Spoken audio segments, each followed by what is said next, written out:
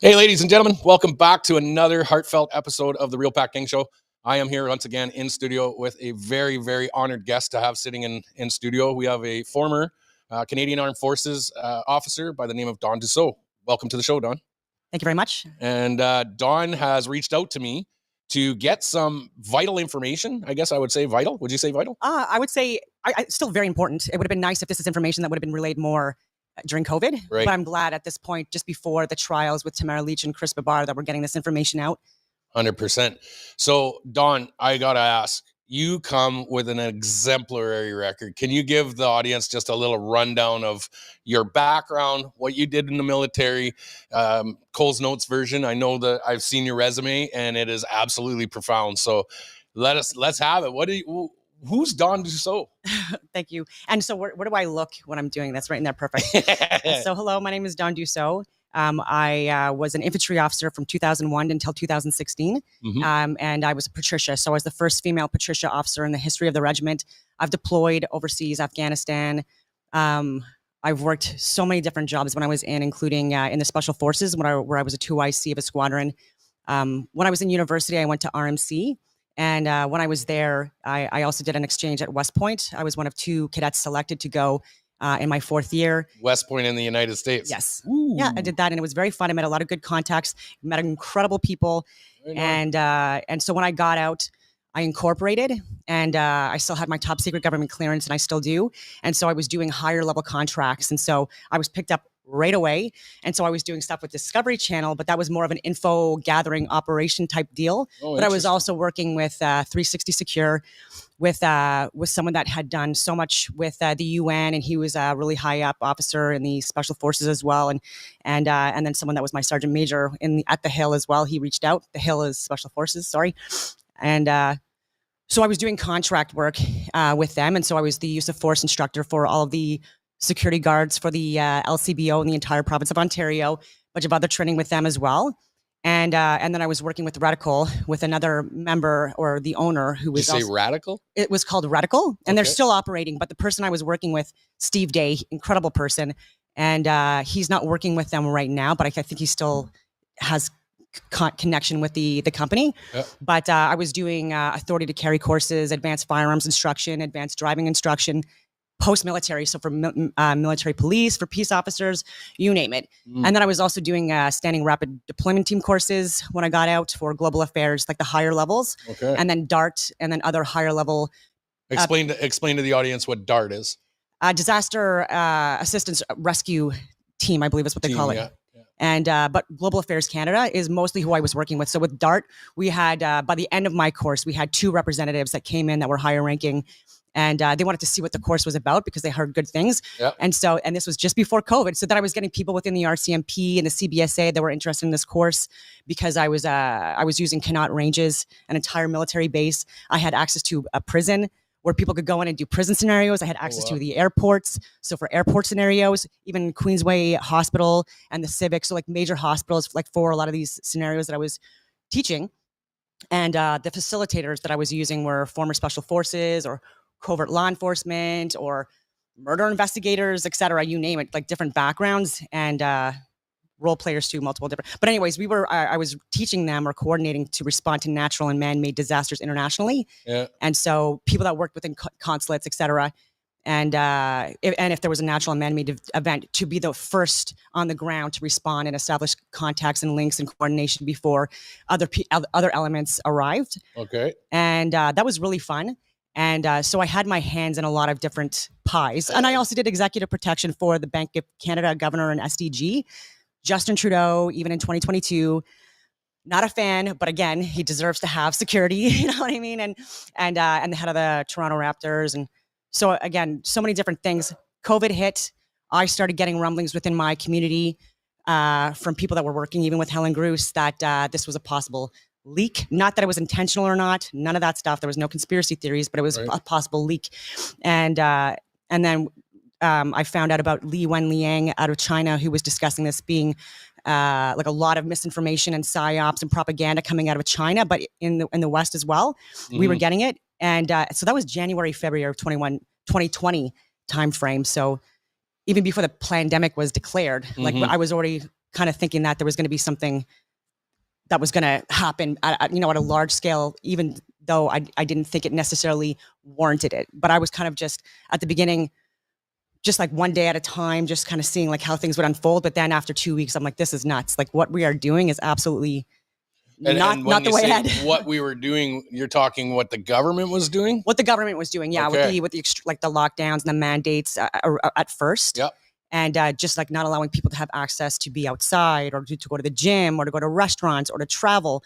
And that was making things worse. Right. And so, even with the masks and things like that, there was more harm than good, in my opinion. And I have shared research that I've looked into, scientific data, medical data. So it's not a conspiracy theory regarding that.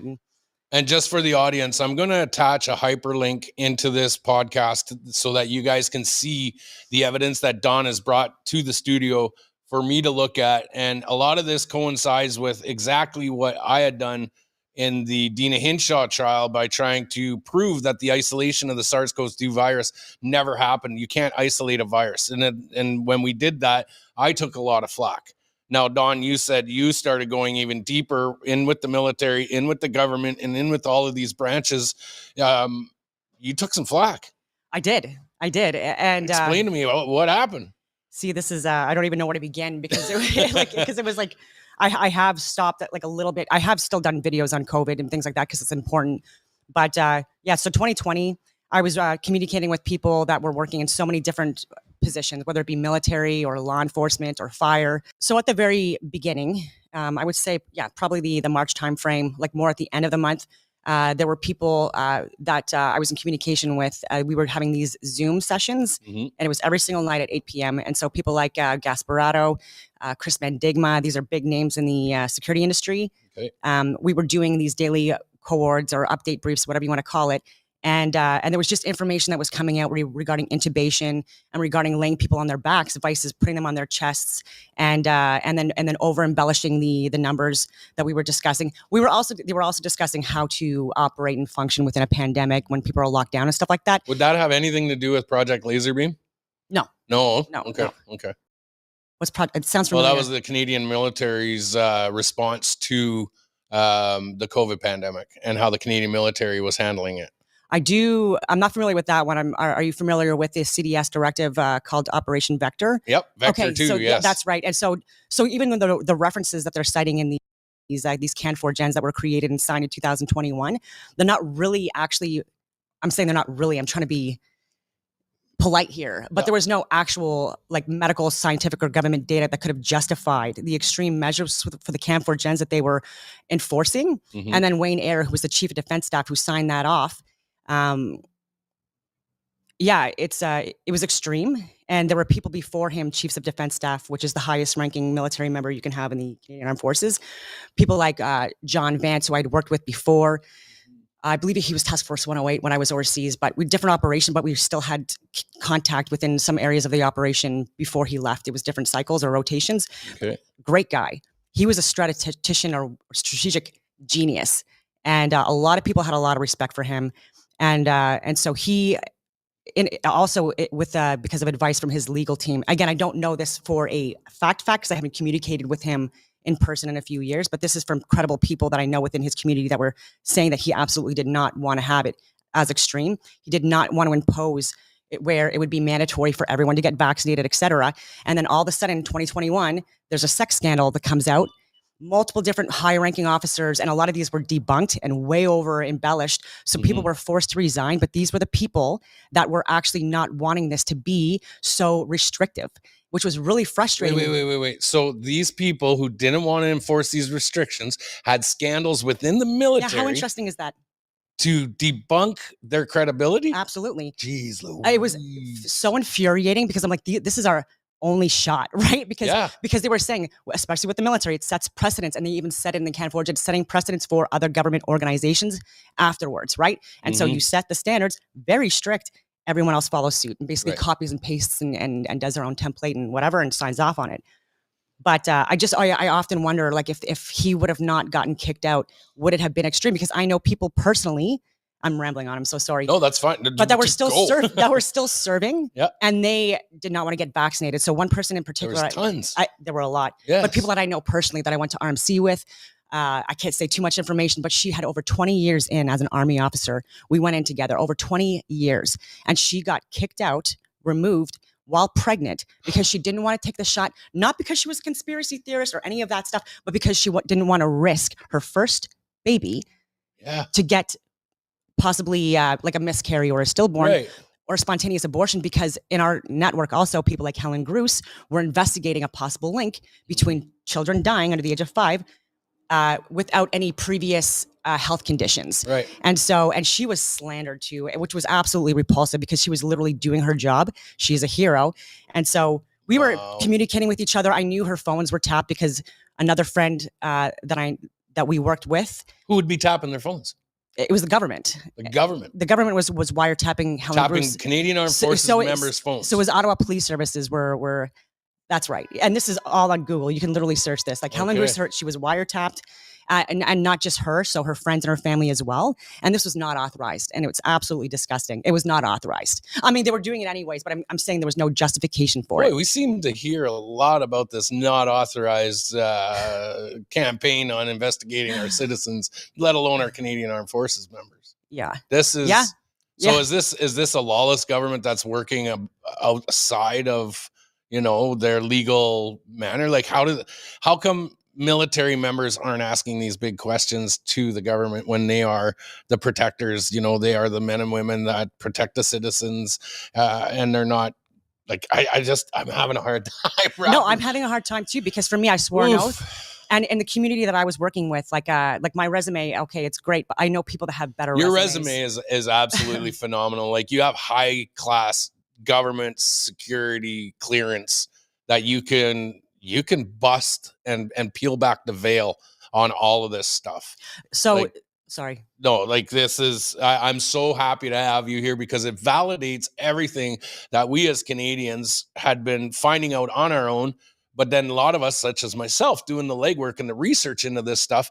And then every time we brought it up, it's like, no, you're crazy, you're a conspiracy theorist. But then once I knew that my finger was on the pulse, I knew something was up when I started getting gang stalked by the RCMP. I started having special divisions coming after me. I had officers parked outside my house on a regular basis. They tapped my house.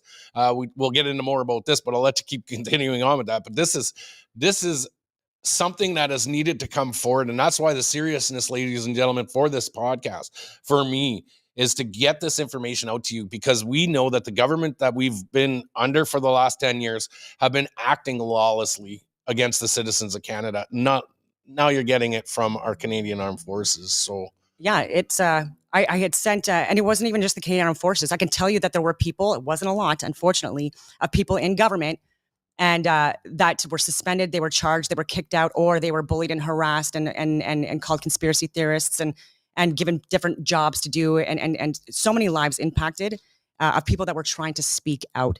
And so I shared with you a template of a memorandum that was several pages long that gives references for so many different ways that I was trying to give to government members to give to their chain of command.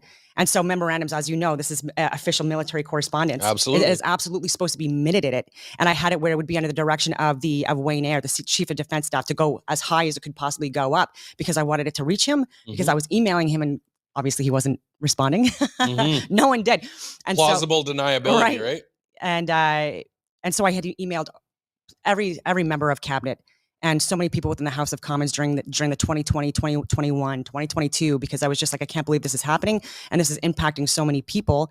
And what we're doing is actually making things a lot worse. And anyone that I knew that was trying to speak out on this, even with their chain of command, it was getting shut down. So what do you do with that? There were people that were NCMs or officers, right? But they weren't at the top. And the thing is, the House of Commons or cabinet, they were giving direction essentially to the CDS and things like that. And it's like, you have no room for like maneuver. Like, you're going to follow this, or there's going to be another sex scandal. I don't know, or something like that. Right. And wasn't Vance, and I'm kind of going off topic, Vance was the one who allocated the budget for the new ships that needed to be Am I thinking of the wrong? No, one? I think it's oh my God, not there was a Navy officer. Yes, not McDonald. Okay, so I'm on the wrong guy, but I thought there was a few cases. So there was General Alon, there was Kedzier, Major General Fortin, General John Vance. These were people that these sex scandals came out, and a lot of it was bogus. It was literally, and I don't mean any disrespect to women that have gone through absolutely awful experiences. I can also relate, right? But to go after people's careers that were incredible people just because they're not fitting the narrative or following the narrative is just absolutely disgusting to me. Blows my mind. Because he was like a hero. Again, this is just what I'm told from people I can trust that were in his network. Okay. And people that are still talking, they were really disappointed in Wayne Eyre. And so this isn't to slam him either, because before COVID, this guy had a legendary career as well. So it was really hard for me, because he's a Patricia as well, from my regiment. It was really hard for me to call him out, right? I was trying to email him. I was trying to communicate with people within his network. I was trying to have meetings with people I've worked with before, even in the special forces, high level people. And I was getting gaslit. And I'm like, I've worked with these guys before.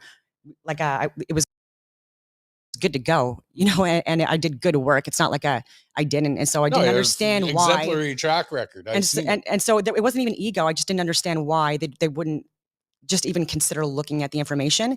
And I lost a lot of friends. So, and what was in the information? What was the information that you were giving to them? I was giving them the VAERS, the Vaccine Adverse Events Reports. Okay, there is a little bit of discrepancy in the VAERS. There is, but also underreporting of it. But the thing that I wanted to unpack and have it abundantly clear in the VAERS from February of 2021 and March of 2022, which I gave to everyone, including people that were the media, that within the original. Not within the original trial, sorry, within the original released Pfizer alone backed VAERS that were released in February 2021, 4.6% of people out of those VAERS, they contracted COVID. So at the beginning, I'm like, this is very interesting that people are contracting COVID and all these other illnesses via inoculation. And so are we counting that as, and then we weren't even counting it as being vaccinated if it was within 2 weeks. And so I was sharing data that they were actually admitting that. So the government was admitting it. Public Health Ontario. They were cooking the books. They were cooking the books. And so how to lie with stats, just like Bill Gates had in the background. It was one of his photo ops during that time, how to lie with stats. Yeah. We did that. And so Public Health Ontario, I have an archived document because they obviously tried to scrub that. It'll be part of this hyperlink that we're going to add to this. I've seen the document for the Ontario Public Health. Yeah. And so, and you have to read this stuff. A lot of people they're going off of mainstream media without doing their own research. And I'm like, well, you know what? I have experience to gather information. You're an intelligence officer. That's your job. Well, I was infantry, so I'm a little biased, but we do intelligence gathering, and I think we do it better than most intelligence officers. But anyway, because sometimes we'd be overseas and we'd get in reports. So I'm like, this is not at all what the situation is on the ground. But anyways, right. Tangent. Oh yeah, and so a Public Health Ontario, who I also communicated with, in their stats. Their actual reported cases, they would have it. They had it right on the top, a little bit in small writing, which I can show you, where it says that they were reporting 50% more deaths before, right from the get go, which you can't do. Right. So they were actually considering 50% more deaths as being actual reported deaths. I hope I'm making sense with that. Are these deaths that were from other comorbidities or deaths? We'll get into that in a second, because that is also a good point. So it was broken down by age group. So I think it was 0 to 9, 10 to 19. Yeah, I've seen that. And so when you break it down, and so right when you look at the actual reported confirmed deaths, this is what I mean. They were confirmed deaths. They had already embellished on that report 50% of deaths. And then when they were looking at the amount of infections and deaths, they were over embellishing or overinflating rather the numbers, especially with the infections, by anywhere between 300 and 650%. Wow. Exactly. Wow. Exactly. And so right from the beginning as well, they're going off of these directions, a lot of these stats, a lot of these scientific studies that people were referring to, these were all theoretical models. These were not actually accurate statistics or remotely resembling what was actually going on the ground. And so at the beginning, there were a lot more people that were lying about COVID and people contracting COVID. People were dying of gunshot wounds, and they were getting declared as a COVID death. We heard all about and those. They said it on the record. So they even said, just to let you know, we're going to classify it as a COVID death, even if they were just tested positive for COVID. Again, even if they had a gunshot wound or leukemia or something else. Yeah. And so they were saying this. And they were also not declaring people fully vaccinated until the 2-week mark. And there were people within that time frame that were also dying. And this was via inoculation. And so it was, and so at the beginning they were trying to scare people. Yeah. There were a lot of hospitals and clinics, et cetera, that were, and media that were being utilized in order to stage these huge lineups and like a lot of people going, for emergency services, et cetera. A lot of that was fear and paranoia that was enabled by media and our politicians, but a lot of that also was just fake. And so I'd get people, on like bigger reports if they were in the area, because I know a lot of people within different areas. And so, can you go and go to this clinic or go to this hospital and verify that it's in fact overran? And there would be no one there. Yep. And that was a what the heck? And then I was looking at some videos from China where there was these mass cast situations with these body bags and stuff like that. And then I'm seeing hand movements. I'm seeing people like eat sandwiches and stuff like that. Yep. And so you're extrapolating this data to get to what's really going on, or were you hired to do this? Or no, it was for me because I was an international security analyst. I have to be current with my skill sets because because I was doing this training for these standing rapid deployment team courses. It's a very thorough package with a practical iteration in it as well. But for me, for any major event that's going on, I want to know exactly what's going on, the who, what, when, where, why, how, so that when I'm teaching, that's your job, because it's my job. And so for people to respond to events, whether they be natural or man-made, it's my job, I think, to be able to provide the most accurate interpretation of what actually happened. Yep. And so I went down, and so this was from 2016 onwards, even post-military career with the special forces, all that stuff, the things that I did with them. It just facilitated me to be able to access more information on the ground that the average Canadian, wouldn't have access to. And then why would they want to? None of the citizens would look into this. And then they got fear porn from the media. They did one hell of a media campaign. We all know this. We do know that content creators were paid oodles of money to push this. We know actors. We had Freeway Frank on the episode here, one of my first and second episode. He is a big media guy. He talked about it, about how they were paying them to come in and do all of this stuff. And, I've got reports of a friend of mine who has a media company that were being offered to post all this fear porn on the media and stuff, all coming from the government. And I also have a whistleblower. So this is the best part is in 2018, there was the United Nations whistleblower who talked to a friend of mine who was a former member of parliament, and my former member of parliament in 2019. And we dumped this before, and he talked about it to me off camera. JW? I won't say his name. I don't want to say his name, but he exposed that this was coming down the pipeline. And I put this out in 2019. We did an interview, kept him off camera. He spoke about it, and sure shit, not even 8 months later, this happened. And so people are like, holy crap, how did you know all of this stuff? Well, because people were concerned that something was about to happen. So people in your industry, in the intelligence community, all of that stuff, aren't you guys 6 months to a year in advance? No, years. I've actually done whiteboards just to show, just to give some credibility. Mm-hmm. And I would post them on my social media or do videos, and pretty much everything that I had on my whiteboards, for a year out, it literally happened. And so I can show that. So I'm not just saying that. You can actually look at my stuff. And so I was in South Africa in 2019, around the time that this stuff was happening. So I did, when I got back, I was a little late to the game in acquiring information regarding what was the rumblings. Mm-hmm. And so I would say by Christmas time period of 2019 is when one or two people within my network were talking to me about different things, like a lab leak and stuff like that. I'm like, well, that's really interesting. And that people were getting sick already in China. This was coming down. And then I looked into Event 201, Clade X, and so many other things. And I'm like, this is very interesting. That because even in our community, that when people usually train for things like that, specific groups, Yep. it might come down the pipe within the next couple of years. And so like if there was like a nuclear, like a emergency response event or anything like that, like, you know, like I would pay attention to that because like that might be coming down the pipe in the next couple of years. Right. And so actually even with that, with Event 201, some of the footage and stuff like that from like these training scenarios were actually being brought out as part of the pandemic, as part of like real reporters and things like that. Played on the media. Yep. Yeah. So there's crisis actors and role players and things like that that are used as well, that are government and non-government, that also assist with the narrative.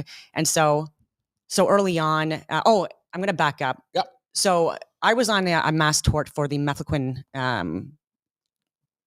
case. Are you familiar with that? No. So it was an anti-malarial drug that was utilized in the military. It was mandatory for deployments and stuff like that. Oh, is that the mefloquine? Yes, mefloquine. Okay, yes, I am familiar. And so I was part of the mefloquine mass tort since at least like 2018. Okay. And so when I did more of the research and realized that this was actually banned and not able to be used anymore in multiple other countries, like including the UK. Like this was actually banned, and we were authorizing it even after that for the Canadian Armed Forces members. That really opened my eyes. I'm like, wow, they actually did they not know that this was like not a good drug to be giving to all Canadian Armed Forces members? There were a lot of adverse side effects, and so I was looking into that, and so that is what made me a little bit more wanting to question, to be honest with you, the COVID vaccine itself as well, because I'm like, well, you know, like I don't know how, if they're willing to give us banned drugs, like what else are they willing to do? And it's not like they haven't tested on people in the military you're looking into this before for years. You know, these are your brothers and sisters in arms. These are people that you worked with side by side every day, and the concern was there. Plus, it's your background. It's what you do. So I commend you on that. Like I know you took a lot of heat. I did. I can't even imagine. Well, you can imagine. Well, I can, but for the audience at home, you know, like you got to understand, we tried to push out and give the information to people, and we were hit and left and right. So having you here in studio, like I just want to say thank you. I know we're not even close to being done this episode, but man, thanks, because this is crucial information that people need to know what happened. Like really know what happened, because you're going through it. I'm going through it. We fought in the courts. You know, we were able to even show that the chief medical officer of health in Alberta wasn't even following her expertise. Yep. We were able to win the Ingram case that proved it. And in fact, they ended up getting fired. And nobody across Canada was paying attention to any of this. And it was being subdued and buried. We were being shadow banned on all of this evidence. And I can't even imagine like what the military guys are thinking right now, what they had to go through. And there were a lot of people I knew too, that they knew that there was a possibility, because this was authorized under emergency use. And that was another bone of contention with me, because I'm like, there's ivermectin, there's hydrochloroquine, there's vitamin D, there's vitamin C, there's being outside, there's working out. And ivermectin, ladies and gentlemen, is a Nobel Peace Prize winning a parasite killer. Yep. And that is what it was. And then all of a sudden it wasn't good anymore. And then they labeled it, it's a horse dewormer. Well, yeah, it's a horse dewormer for colic in horses, which is a respiratory infection. But people didn't want to look past that part to understand this is for respiratory infection. Well, it was because of the money. Yes. And because there was a lot of people that had already put in contracts committing millions of dollars over a series of years, and multiple different vials of these therapeutics, which are not vaccines. They tried to change the definition of a vaccine. And by the way, they wouldn't have even been able to approve it under emergency use authorization, which again is a point of contention for me. We already had treatments. And so when you have treatments in place for illnesses, you can't just do like a broad emergency use authorization for a vaccine when there's already treatments in place. Right. And so for them doing that was absolutely from protocol. Exactly. Yeah. It was absolutely disgusting. It was under emergency use. The original trials were debunked because there was no control group, and there was other things as well. There was no control group. That's a fact. I was part of the control group. I signed up to be the unvaccinated part of the control group. I was on the other side, from the ones that are vaccinated to the ones who weren't vaccinated. I signed up for that control test. Well, see, my sources are correct. and this is what I mean. So like, okay, we can understand. A lot of the audience understands this part. We know we've been lied to. We know we've been absolutely bamboozled in all of this, and validating what we've done and where we've come to today is a key indicator for me that This isn't over, ladies and gentlemen. This is, in fact, it's got to be something that we never forget, because members of our Canadian Armed Forces lost their jobs, their positions that they took huge amounts of pride in, injured again, like the methylquin, injured from taking these insane experiments. But when we did this, okay, so we move forward, you bring all this evidence forward, you start getting into, your discussions with your communities and with members of the Canadian Armed Forces, members of Parliament, all of this stuff. Now let's kind of skip to, now the citizens are getting riled up, okay? And this is where I'll come in. So we do all of our stuff. I take Dina Hinshaw to court. I get bamboozled, sidelined, and get hit with a procedural violation. In my case, the Ingram case comes out. Now we're pissed. Now we're going to move forward. We come to Ottawa. We're in Ottawa. You're in the intelligence community. You noticed some things that happened in Ottawa. Can you elaborate? Well, I knew that the Freedom Convoy was going to be hitting Ottawa like over a week in advance, just because of the people in my network, and so I was communicating with multiple people on the ground, like law enforcement, veterans, you name it, and I actually assisted with coordinating speakers at the Freedom Convoy to speak up on the platforms and stuff like that. Assisted with the speeches, reviewed it, and stuff like that. We wanted this to be peaceful, and so I was having arguments with people. I'm literally saying that I lost a lot of friends, people that I adored. We did great contracts together and stuff like that. But I was like, it was intense, right? It was frustrating because people were following, like, believing that this was kind of some kind of like a white supremacist, right wing extremist, fringe minority. And, but I do, like, there were people within government that were there as plants. There were people that were there that were crisis actors, role players that were not government, that were paid protesters or agitators. Who? Can we name them? Well, okay, so the guy that was wearing the balaclava, I have to say allegedly, because Marco Mendocino, he was the public safety officer during the emergency, and this guy needs to be fired. The Yahtzee flag? Yes. Yeah. Yeah, and so I don't want to say his name. Do it. Well, because I haven't confirmed 100%, but even Marco Mendocino was asked by Brendan Miller, who was the lawyer on the defense during the Emergency Hearings Act, if he knew Brian Fox. I know. And I know. Allegedly Brian Fox. So I know all about this. I have a side-by-side. I did reverse image searching. I went and I found out 98% match. And so I was even saying, and so I was actually there with my friend, like we went downtown that first weekend because we didn't want this to be some kind of like a huge event. We knew that there was going to be agitators and assholes, even like the leftist radicals that were going to be there, which they were there. Which was one of my number one roles while I was there, was to get these guys out of there. They were such losers. Like they were this is what I was getting reports. So bought and paid for from the government agitators. No, but there was also, it's not even just from the government. There were plants and embeds that are needed to be there, like clothes. Anyways, there are other people, but there were people that were there that just so happened to work for government, but they are the far left radical groups that they were there on their own fruition, or whatever you want to call it, just to be assholes.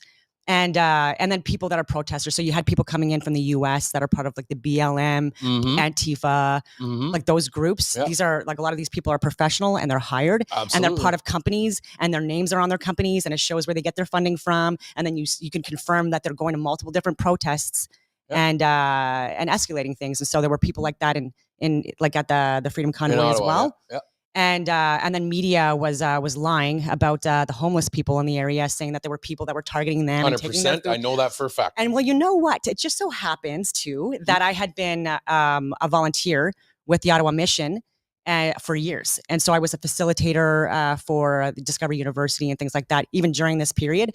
And so I was talking with the director of the mission literally every single day, and we would communicate about so many different things. And so we knew that this was bogus. This was a lie. So they were exploiting our homeless people in order to paint this as like some kind of, again, extremist. They used this stuff in my trial, actually. So that's why I love that you're saying this right now. They tried to use these as incidents that had occurred that I supposedly was involved with, that this happened. And we've already debunked that. We had the women's shelter that was not even in the vicinity, wanted to come and testify on behalf of the city of Ottawa. And thank God Justice Hacklin saw through that bogus claim and said these people weren't even in the area. They don't understand how they displayed. And Justice Hacklin, in my trial, noticed a lot of and like you said, crisis actors, recycled witnesses from the POEC that came and testified at my trial.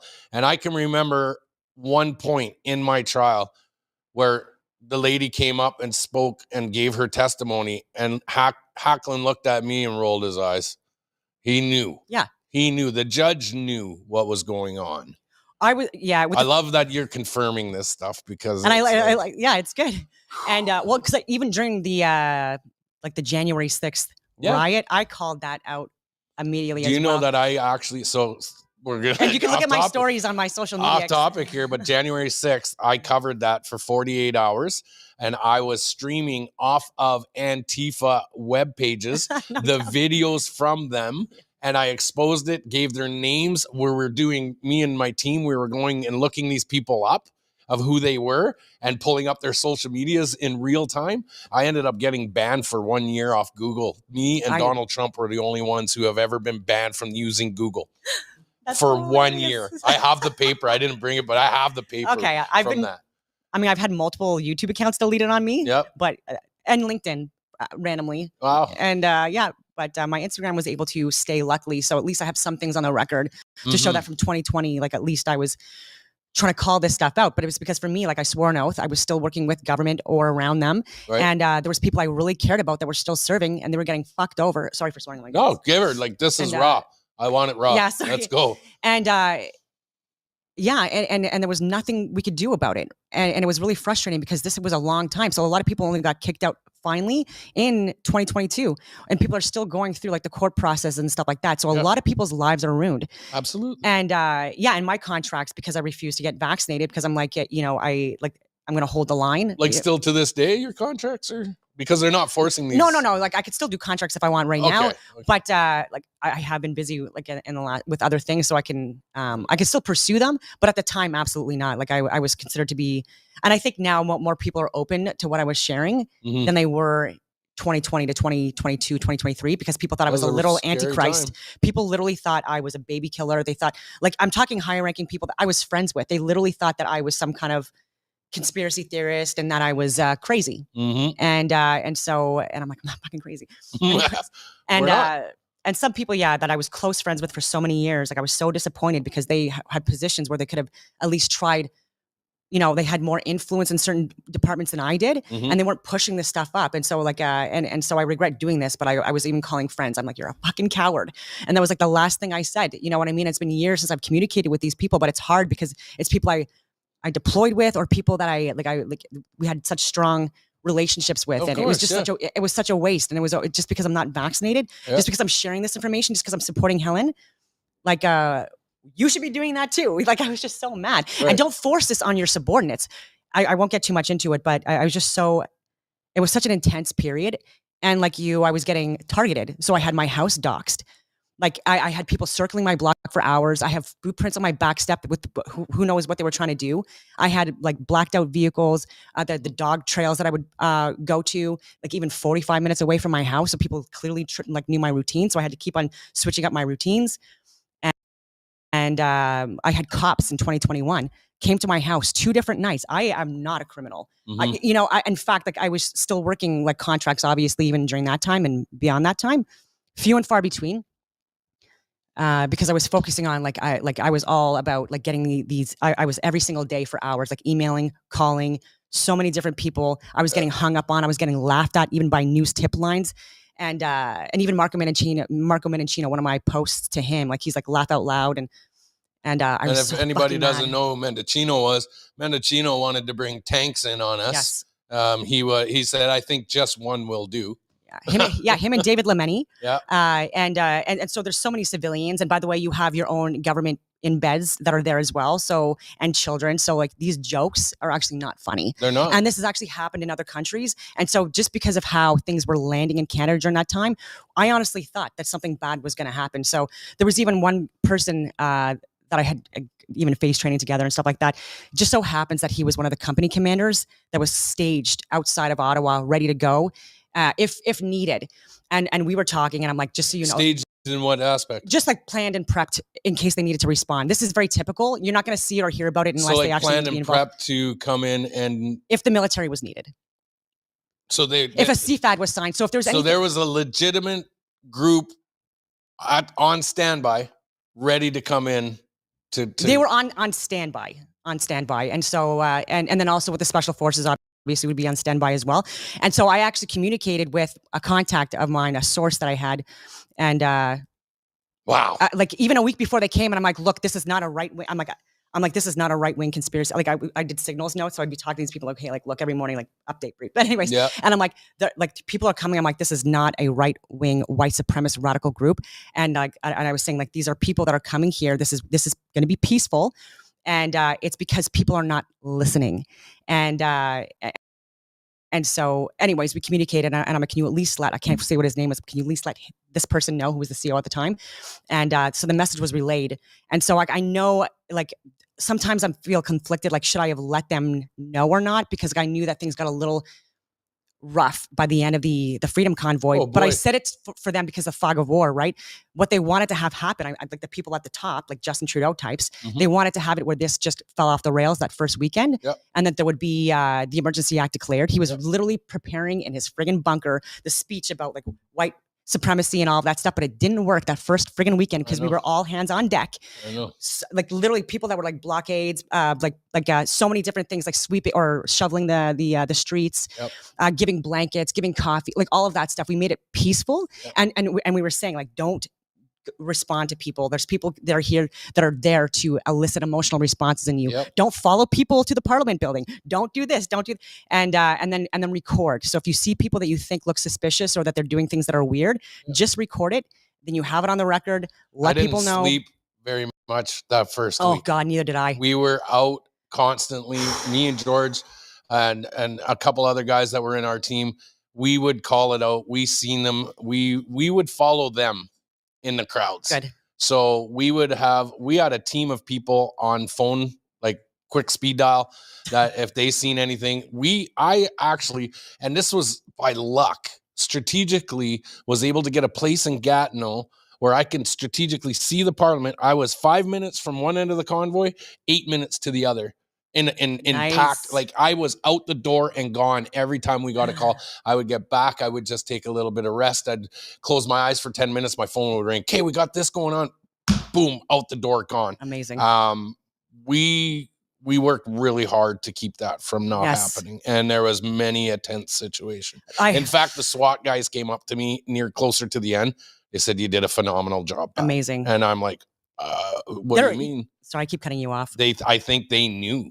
And that's where I was going with it. Is I think they knew that these guys were in there. What's his name? I'm not going to divulge because OPS. It's you mean ERT?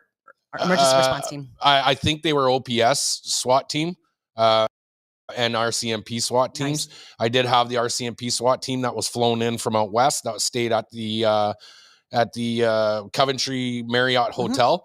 They came down, spoke with me privately, wanted me to take my cameras off and take my mics off. Of course. But just let me know. He said, we met with the lawyers, everything. Pat, you guys are doing fantastic. Keep up the good work. But we're leaving to go and de-escalate Windsor because we've called the lawyers in to show us where you guys are breaking the law. Lawyers couldn't show us that. We're out. And I was like, okay. So then I translated, or I passed that on to the rest of the teams, and I let them know RCMP are out, and now we should have a little bit of a calm. Then we saw what happened on Hunt Club Road, where everybody else was staging, and we were like, oh my God. Yeah, we were trying to make it like it was like don't make it where there's access, like for service vehicles, all those things. Yep. And my goodness, just thinking back about that time, that was my number one contingency plan when I planned before I left Alberta. Because even when the convoy was on its way here, like before they even got downtown Ottawa, I wanted to see if there was any people that were there as agitators or disruptors. Because what these assholes do is they will dress as like MAGA or as like what they would consider to be like a right-wing white supremacist. And they joke about it too. Like some of these idiots actually have videos where they post, where like, oh, I'm pretending to be a MAGA, I'm going to this protest. Well, you just told people that you are actually the opposite of what you're presenting yourself as. And so they were presenting themselves as veterans or things like that when they were actually not at all. They just wanted to make us look bad. Yep. And that was annoying as well. And so I wanted to go to the convoy, like they were staging like outside of Ottawa about an hour before coming in. Yep. And so I went with one of my girlfriends just so she can like record and stuff like that. And I was giving food, water, but also looking for any possible assholes, right? Or any threats. And surveilling the scene. Yeah. And so I took a few photos of people that I thought were suspicious and things like that. And it just turns out they were just like really highly motivated supporters and stuff like that. So I was like, yeah, that's fine. But a few weren't, but they weren't big with their roles. Like they were like doing the drunken, disorderly, whatever, or like the loud, obnoxious. And I just didn't think that they, anyway, fit the profile. So yeah, we were saying that the RCMP officers and the SWAT team that were up in the Marriott Hotel came down and told me, said, we've spoke with our lawyers, and the lawyers said, we can't find anywhere where you guys are breaking the law. And we're out. We're going to de-escalate Windsor.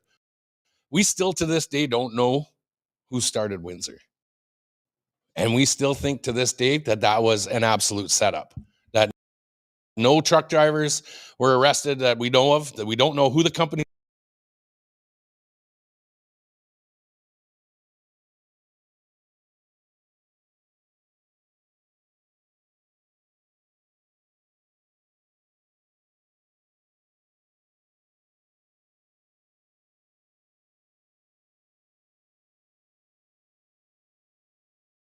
were who parked their trucks on Windsor Bridge.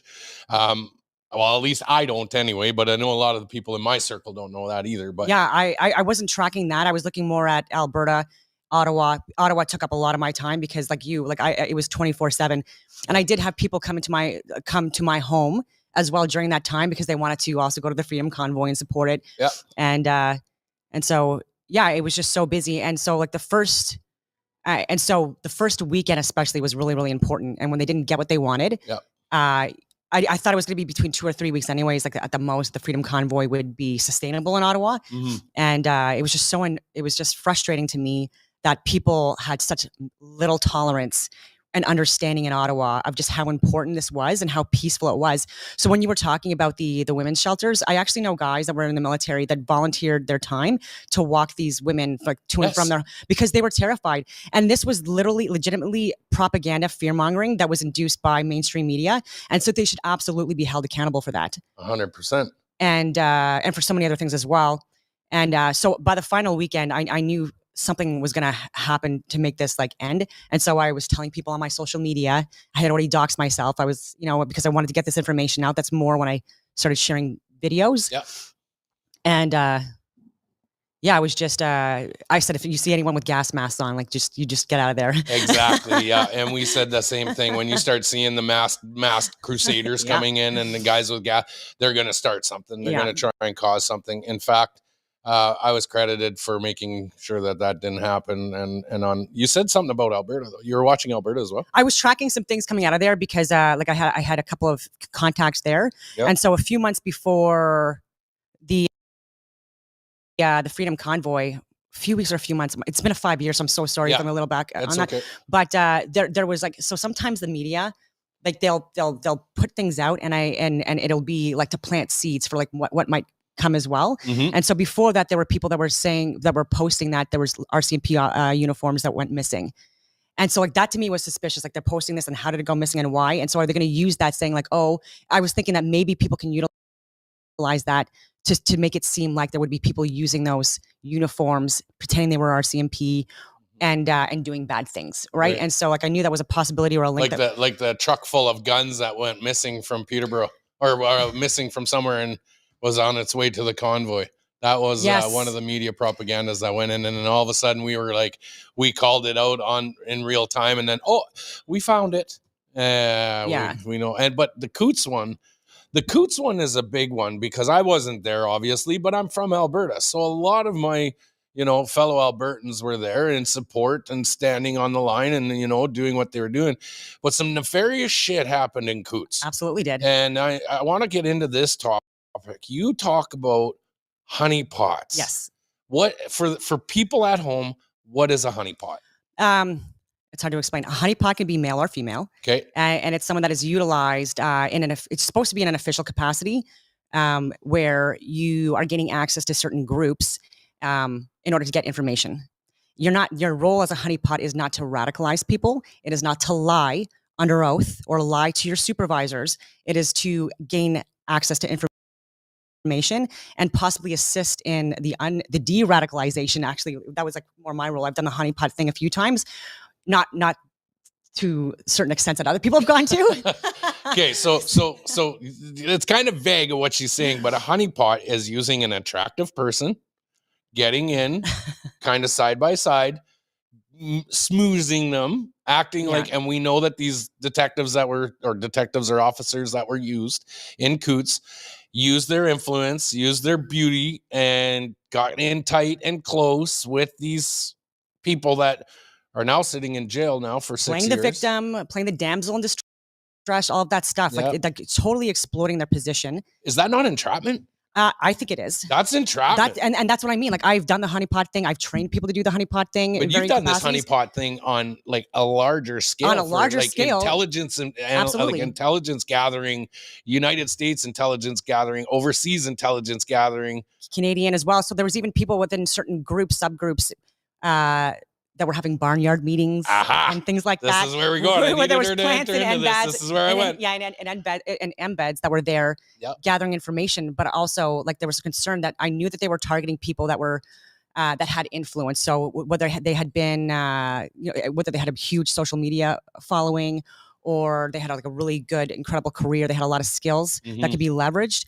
And so, so people within my community, like in the end of 2020 time frame, were giving me a few names as well of people to like look out for that were possibly getting radicalized, and then people that were concerned because the people they were talking to, even though there was no cell phones or anything like that, it was getting extreme. Okay. And so, for me, it's like, you got to watch out with that stuff, right? Like, you don't know when you don't have access to comms or anything like that, you can't prove what you said either. So if people lie about what you said and they're professionals or they're in positions of authority or law enforcement, it's your word against theirs. Yep.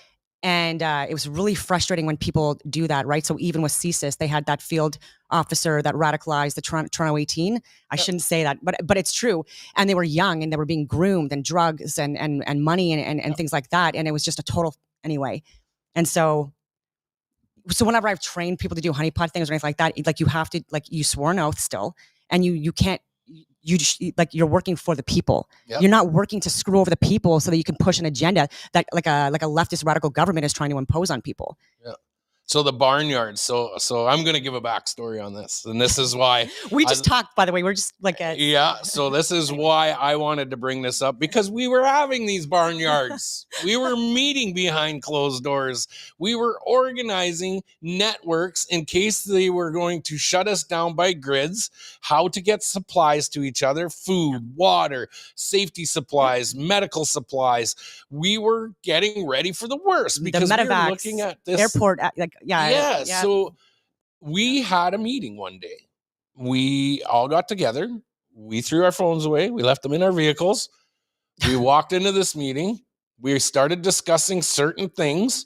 And two of the gentlemen that were in there, we called out right away. We knew that they weren't who they were. They were trying to radicalize us. They were trying to tell us how to get weapons and how to get firearms here.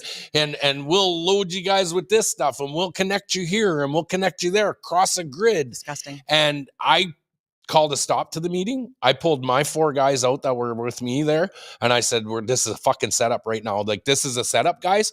Let's listen to what the rest, but nobody says another fucking word from now on.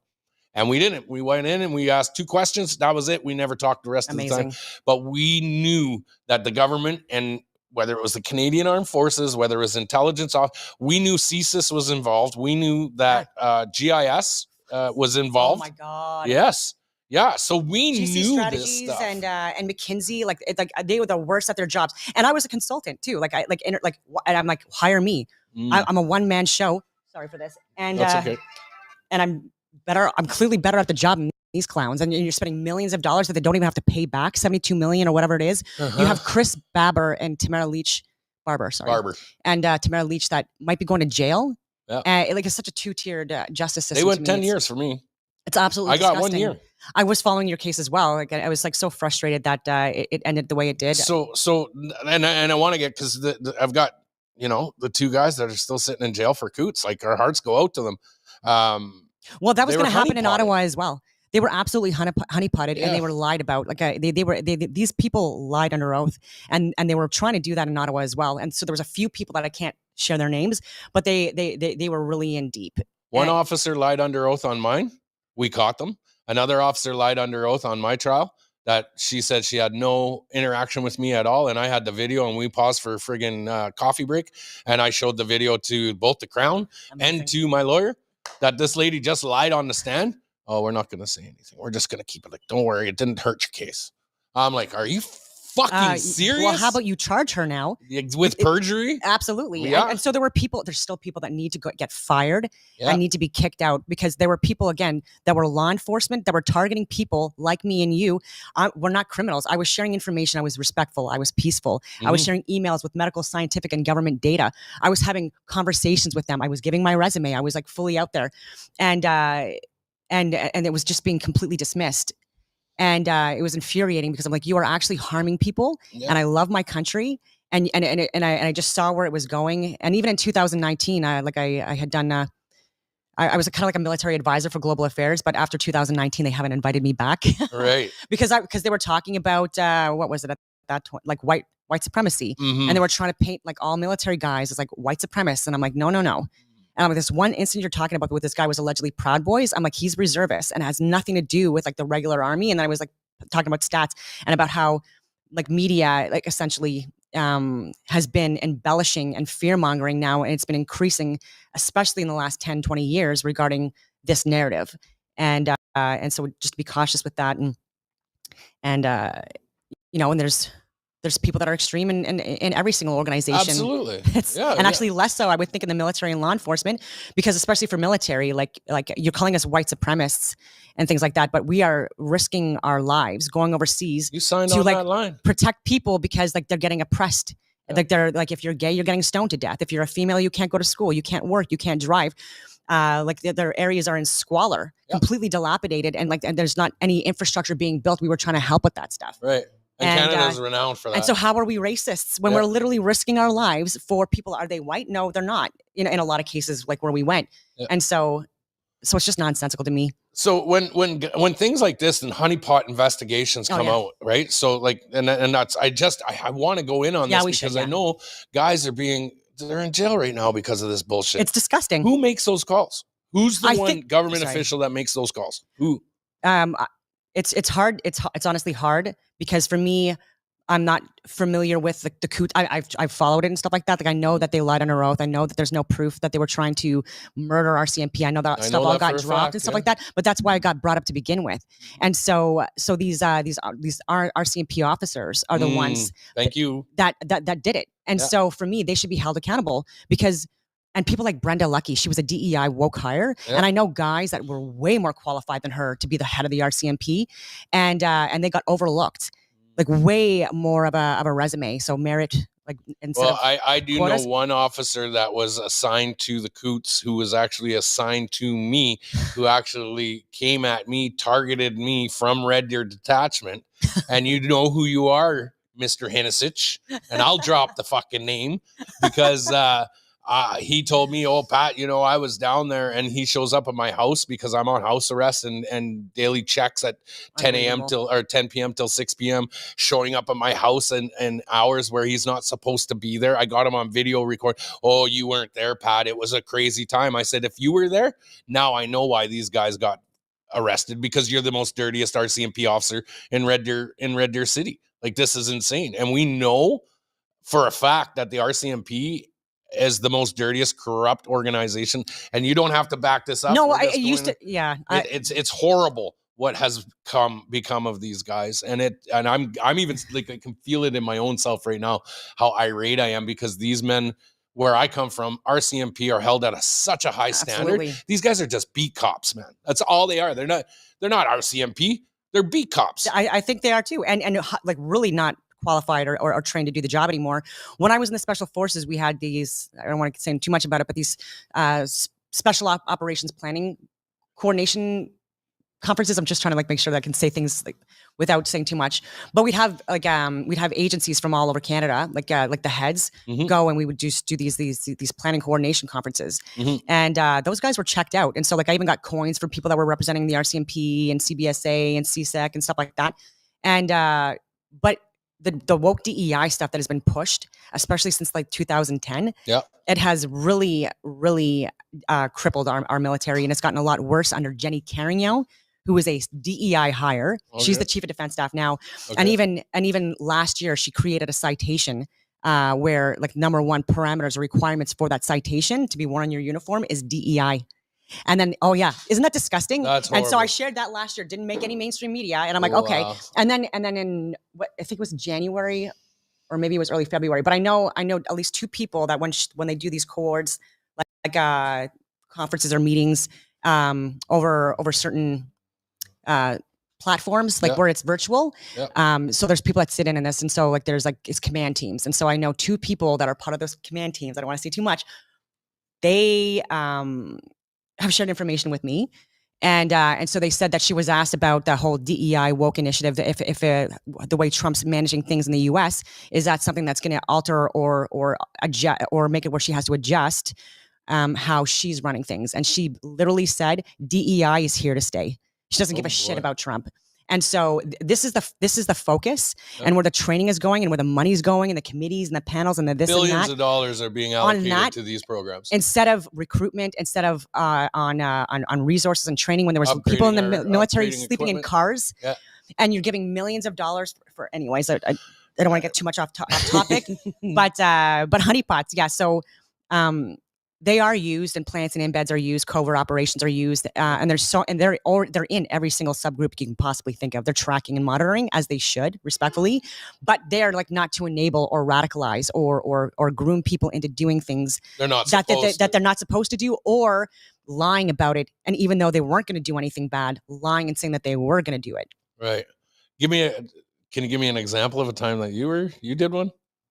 Did a honeypot operation? Yeah, I'm kind of curious. I was thinking of a few. Okay, so there was one where like I knew this guy was interested in me years prior, like with a work relationship that we had, and so if I say too much, but I'll say like in the end of 2020-ish is when I was getting people, at least two people that had reached out to me and said that there was concerns about this person, and so I just reached out and like kept it like that, responded right away. So we were just like talking back and forth a little bit, and then we met up multiple times, and nothing like the honeypot thing that you're thinking of. Fair, actually talk and stuff like that, and then it just got, he was giving me more and more information, and so I was giving him information as well, because it's back and forth. Yeah, exactly. And But there were concerns because this person was going to barnyard meetings. This person did have influence, and I knew that going into it. So I was trying to help him, actually, because by helping him, I'm helping a lot of people, right? Because in Ottawa, with the amount of influence that was had, especially with what was going on, like certain people are targeted because they can have the most impact during certain events. Like I'm not going to go out to an average everyday person and want to get information. Like I was going strategic. I was strategically striking is what I was doing. I was leveraging my everything. And so for several months we were communicating, and he was talking to me about the barnyard meetings and things like that. And I was trying to de-escalate him because things were getting more amped up. People within his group were bringing in more stuff, and I'm like, this is not fucking. And so like we were even having arguments and things like that. So you're saying like these kind of, and then that's the kind of thing I was doing. So there's even another case. But they're even a form of de-escalating. That's right. Saying. That's what I was trying to friggin' do. Right, and that's by command, or like to no. It was just like in conversation. Like it was just other phone conversations or conversations you have. Like they're really pissed off. Like the government, fuck the people that are like getting more radicalized.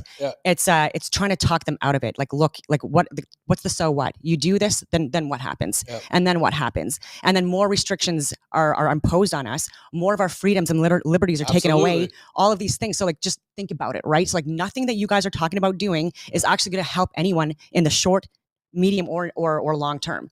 And so and so don't do anything stupid. And then even people, and so I had connections from the Yukon and back. I did a road trip, and I was talking to people of interest that I knew were speaking out on what was going on, and And does CSIS... So the honeypot could be light too, right? So like if I could add a friend request, and that could be enough for someone to want to like get to know me, or just randomly being in a library or a chapters or whatever that I know that person's possibly going to be at.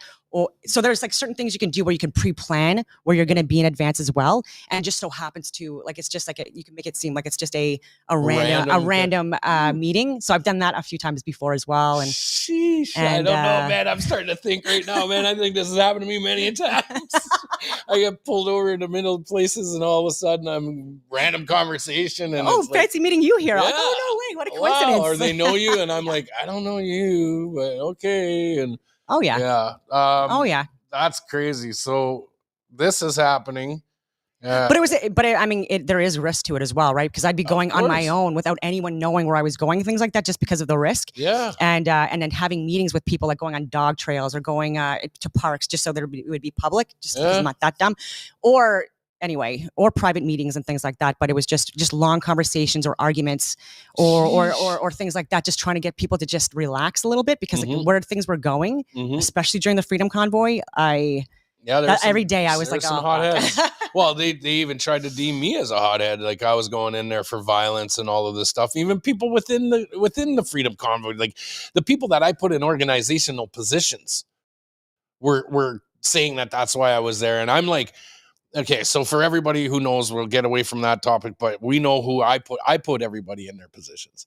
So it was me. No doubt. Amazing. Right? So I put Tamara where she was at. I put amazing. I put them where they were at. I made contacts with Chris. I made contacts with Bridget. I brought everybody to the table. We had everybody. And then all of a sudden they started doing that stuff to me. So made me suspicious of who's in their ear that is causing them to say, we don't have anything to do with Pat. Fuck, I brought you guys to the table. Now you're trying to paint me as the violent one. So whether it was them or people in their ear, and I know there were people in these boardrooms, and we saw the detectives in the lobbies taking pictures of everybody that walked in. Oh, yeah. There were people in the rooms that we didn't even know. And I'm like, you're a cop. You're a cop. I don't know about you. We had military guys in there and all that kind of stuff. And I'm like, what the fuck is going on here? The whole thing was a couple of them. I know a couple of them that were doing those boardroom conferences and stuff like that. I'm trying to think of his friggin' name. Okay. But because he also went to Helen Gruse's court hearings. Okay. In support. And we're gonna get into Helen's story too, because I want to touch base back on that as well. So who? So you confirm, like you knew people that were in those rooms that were in there as honeypots. No, not as honeypots. No. That were there just in support.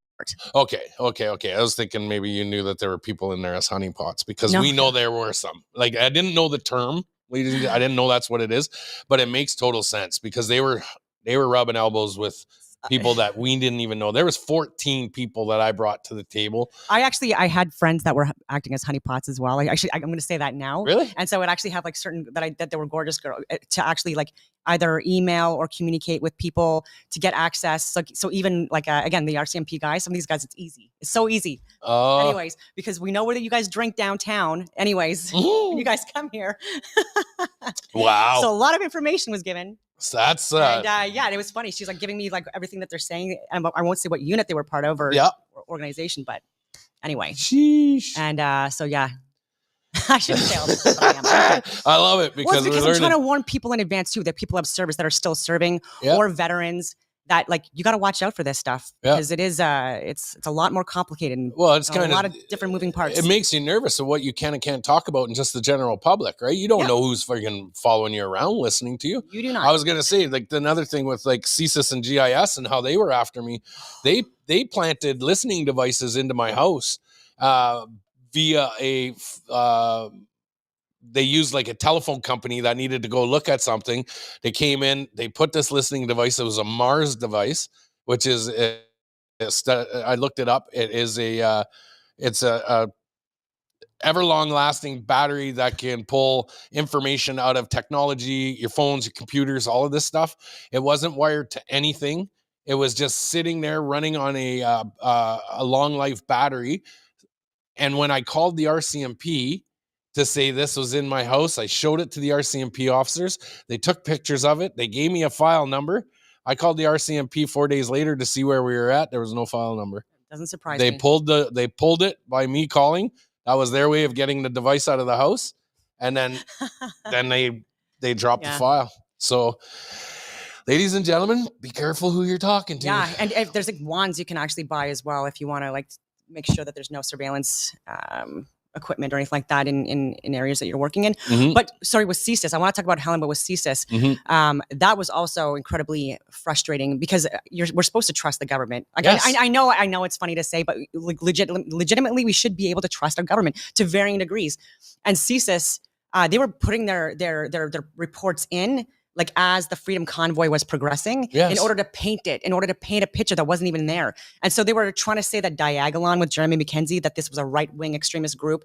But you know where they were getting their information from? From a Twitter feed post from Justin Ling and an article from Vice News, Justin Ling, in order to justify, like that was their evidence as to like why this was justified to declare the Emergency Act and such said that professionalism. This was like and so like, what are you talking about, respectfully speaking? And so and there was more than that as well. And so they had inaccurate information that they were intentionally utilizing. Like, I do think that as well, that Justin Trudeau or like that cabinet, they were making sure that no matter what part of government you were from, you were just going to paint the narrative and enforce what they wanted you to enforce, if it was right or not.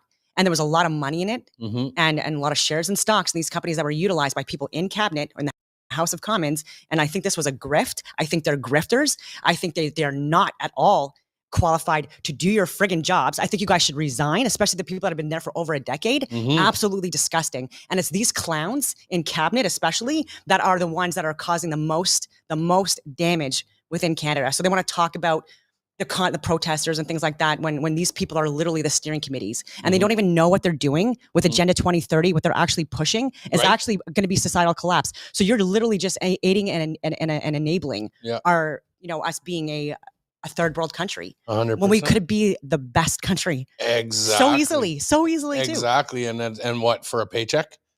For a paycheck and for power. They have the position, right? Exactly. So you've got these clowns that have, like, they don't have the background, like Melanie Joly and Vera Etches and Patty Hajdu and Marco Menincino, all these people, like and they're still getting voted in.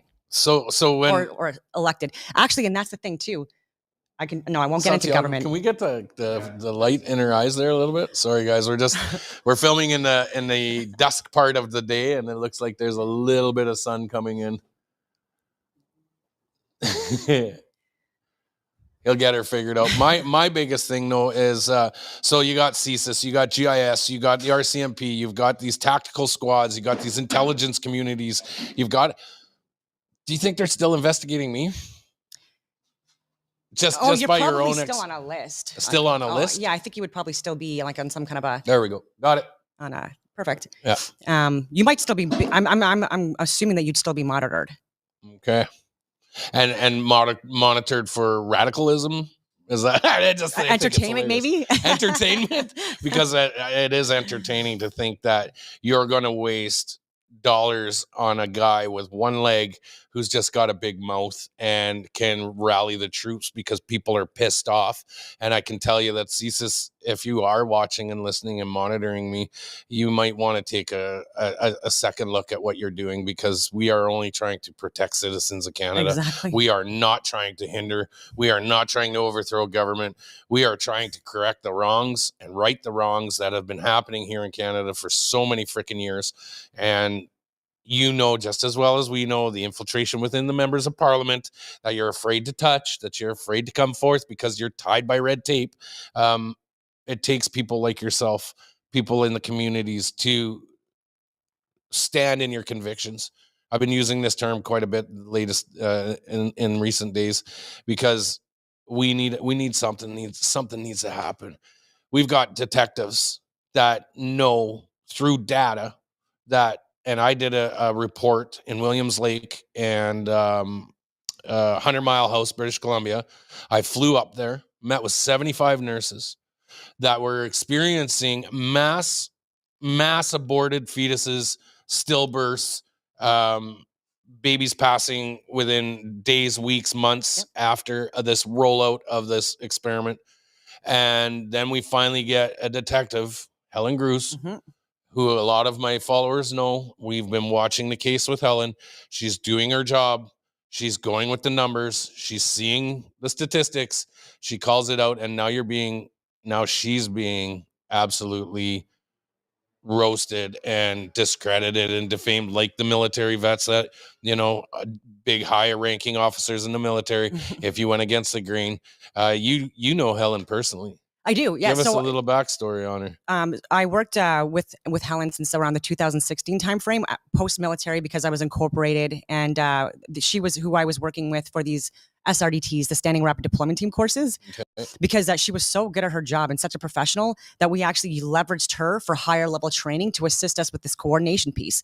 And so I want to say exactly what she was doing, but it was very important, her job, and she was incredible. She was a professional. She wasn't a conspiracy theorist. She was like believed in God, I think, anyways, all of that stuff. Super patriotic, like sings at hockey games, the kid, like, oh, Canada, just like salt of the earth person, and very humble. And so I had a lot of respect for her. And so within my community, once we started getting rumblings of like we were sharing information, sorry to back that up, I don't know if you know that she worked for SACA. So that's the Sexual Assault Child Abuse Unit in Ottawa. So she was very much, for 7 years, she was working in that organization. I know. So she had experience. Person.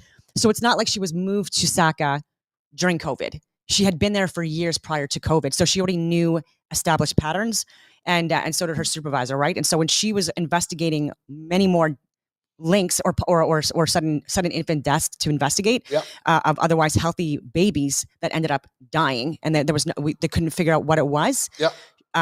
All she wanted to do was just investigate and make sure that everything was looked at. And she wasn't going above and beyond what she was supposed to be doing. She wasn't accessing information that she wasn't supposed to be accessing, etc. It was above board. And I do think that the person that she was trying to help with a certain investigation, I think she was insecure, a woke DEI hire. I think she was insecure and couldn't take, I don't know what you would call it, like feedback. Constructive criticism and feedback to assist with her investigations, because she was new, and she's the one that pushed this and saying that the investigation. And so Helen. This young woke DEI hire, in my opinion, maybe she's not, but she is, in my opinion. And so she just couldn't handle the fact that that there was someone that was going to assist her with her investigations, only because it wasn't done right. Like, she didn't do a good job, and so. A professional that has like seniority is going to help people years and years of experience. And so I'd be like, yeah, I'm going to listen to you. Like, let me take notes. Like, what's your advice? Like, that's like how a Mr. Miyagi, like a mentor, Of that's course, who you want to learn from. Yeah, exactly. And so like, why would you not want that? Right. Like, for me, if there's anything I'm struggling with, if I know a literal expert is going to assist me with things, and of course I'm going to take it. But anyway. And so 2021, she's sharing information from Byram Bridal, like medical, scientific, government data that people in Canada were not getting access to, because I was on a VPN, she was on a VPN. You connect to different countries to get different levels of censorship to get access to information. So I was getting information, she was getting information that was completely getting blocked from Canada, and the huge censorship stuff coming out of the mainstream media. Like, I still, till this day, I think that the people need to be fired. And people need to be charged. Absolutely. But so they protect their own. Of course they do. Yeah. But what like? So with Helen Gruse's case too. And so if you want, I'll ask her if she wants to do a podcast with you or not. Like, I don't know if she's doing them yet, because she's still Helen, in the courts. I've met Helen several times, and she's been very genuine and like you said, salt of the earth. Yes. She sympathized with what I was going through. She gave me some words of encouragement. I'm not going to say them on here, but she knows, like, there's other backstories with OPS that a lot of people don't know. I've worked with OPS many a times in organizing rallies and protests and stuff. And we had a great rapport up until the convoy, up until the aftermath of the convoy. I even helped OPS with notices of liabilities and letters of informed consent to stave off the jabs for their own unit. Yep. That they were actually successful in getting. Oh, nice. And they didn't have to get vaccinated, because right up until January 28th while we were there. So I got an attaboy from a lot of the OPS officers. Now, to the ones that turned on us, you know damn well how corrupted the city of Ottawa is. A lot of them thanked us behind the scenes. Yes. for coming to Ottawa because Ottawa needed this. They do. It's a swamp. I'm not going to throw anybody under the bus here, but you know who you are, officers. You know where your loyalty lies. You know where your oath stands. You need to protect Helen. She's only doing her job. And when you guys need to come up forward on this, because I don't care what you're scared of. If you're scared of your retirement, there's other jobs out there, man. But you need to, like, that swamp needs. She risked her career. She risked her pension over 20 plus years in. Yeah. And she's still in the courts. Like she was supposed to have her sentencing, or whatever you want to call it, the results of I guess the sentencing, the 3rd to the 5th of September, but it got delayed. I haven't asked her when it's going to be. Yeah. But anyway, but I mean, it's so she got suspended in during that first weekend of the Freedom Convoy, or maybe like the day or two after, during that period. And since then she has been like in the courts. So last I checked, there was over $100,000 worth of court fees and having to get lawyers coming out of Alberta because they couldn't find anyone in Ottawa. And in Ottawa, I was trying to reach out to find lawyers that would help fight the government as well. Like like so many different lawyers, like and it was conflict of interest, or they said they weren't big enough. They didn't want to go to, I know, or they didn't want to go against the government because they said they were too small, or we were never going to win. Yeah. And so I'm like, well, you don't want to fucking try. Like, we got to try something. Like, you just. I found it kind of, and I don't even know if I'm allowed to say it, but I don't care. I'm the guy who I don't give a shit about what I can and can't say, but I'm going to say it. I found it kind of comical that while Helen was allowed to come back to work, that her overwatch, or her handler that she got assigned to, was Detective Benson. And Detective Benson is a homicide detective who was the one who investigated me. Oh, jeez. So they hired a homicide, or they allocated the time. They allocated a homicide detective to investigate me. And then when Helen goes through all of this stuff, and God bless her for what she's going through, she has to be assigned to this goof, like this piece of work. Like, Benson, you know, you got some fancy shoes, bro, but you know what you did, and you know what you're doing to these, like, man. I feel for her so bad, because what she did and what she knows, and she knows that these babies, these poor women that are losing their children, have been affected due to one issue. Yeah, and it's unbelievable. Like, why would you?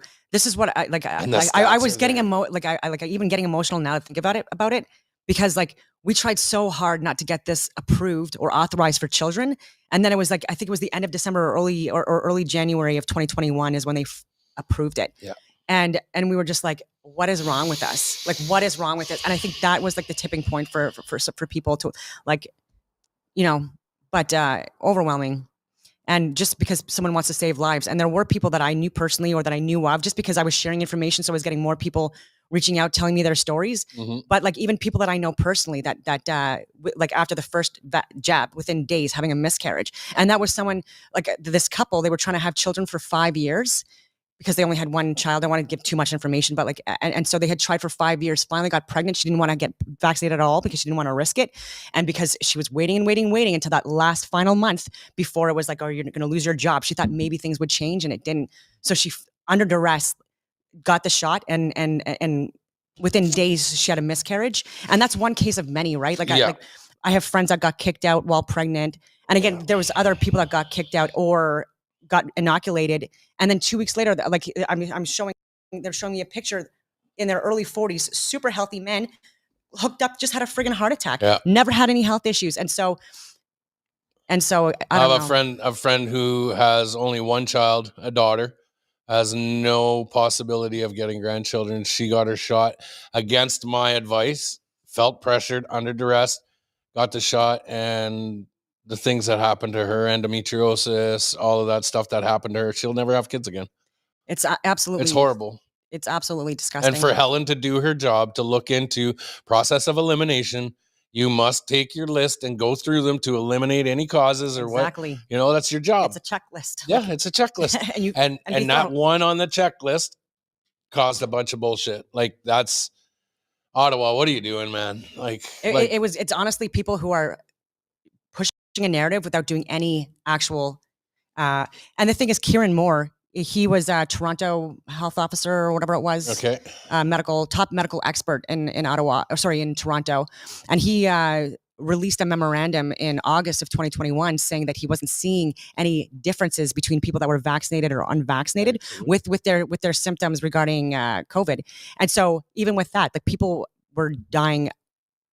They were saying they were dying of COVID, and there was even doctors and people admitting that were whistleblowers saying that people were they were saying they died of COVID. Yep. They didn't even have COVID, so they were even tested afterwards, and it was negative. And so this was such a grift because hospitals, they were getting kickbacks, right? So if people were intubated or if people were, you name it. And so this was a money thing. So if people died of COVID or with COVID, it was a lot more money that you were getting.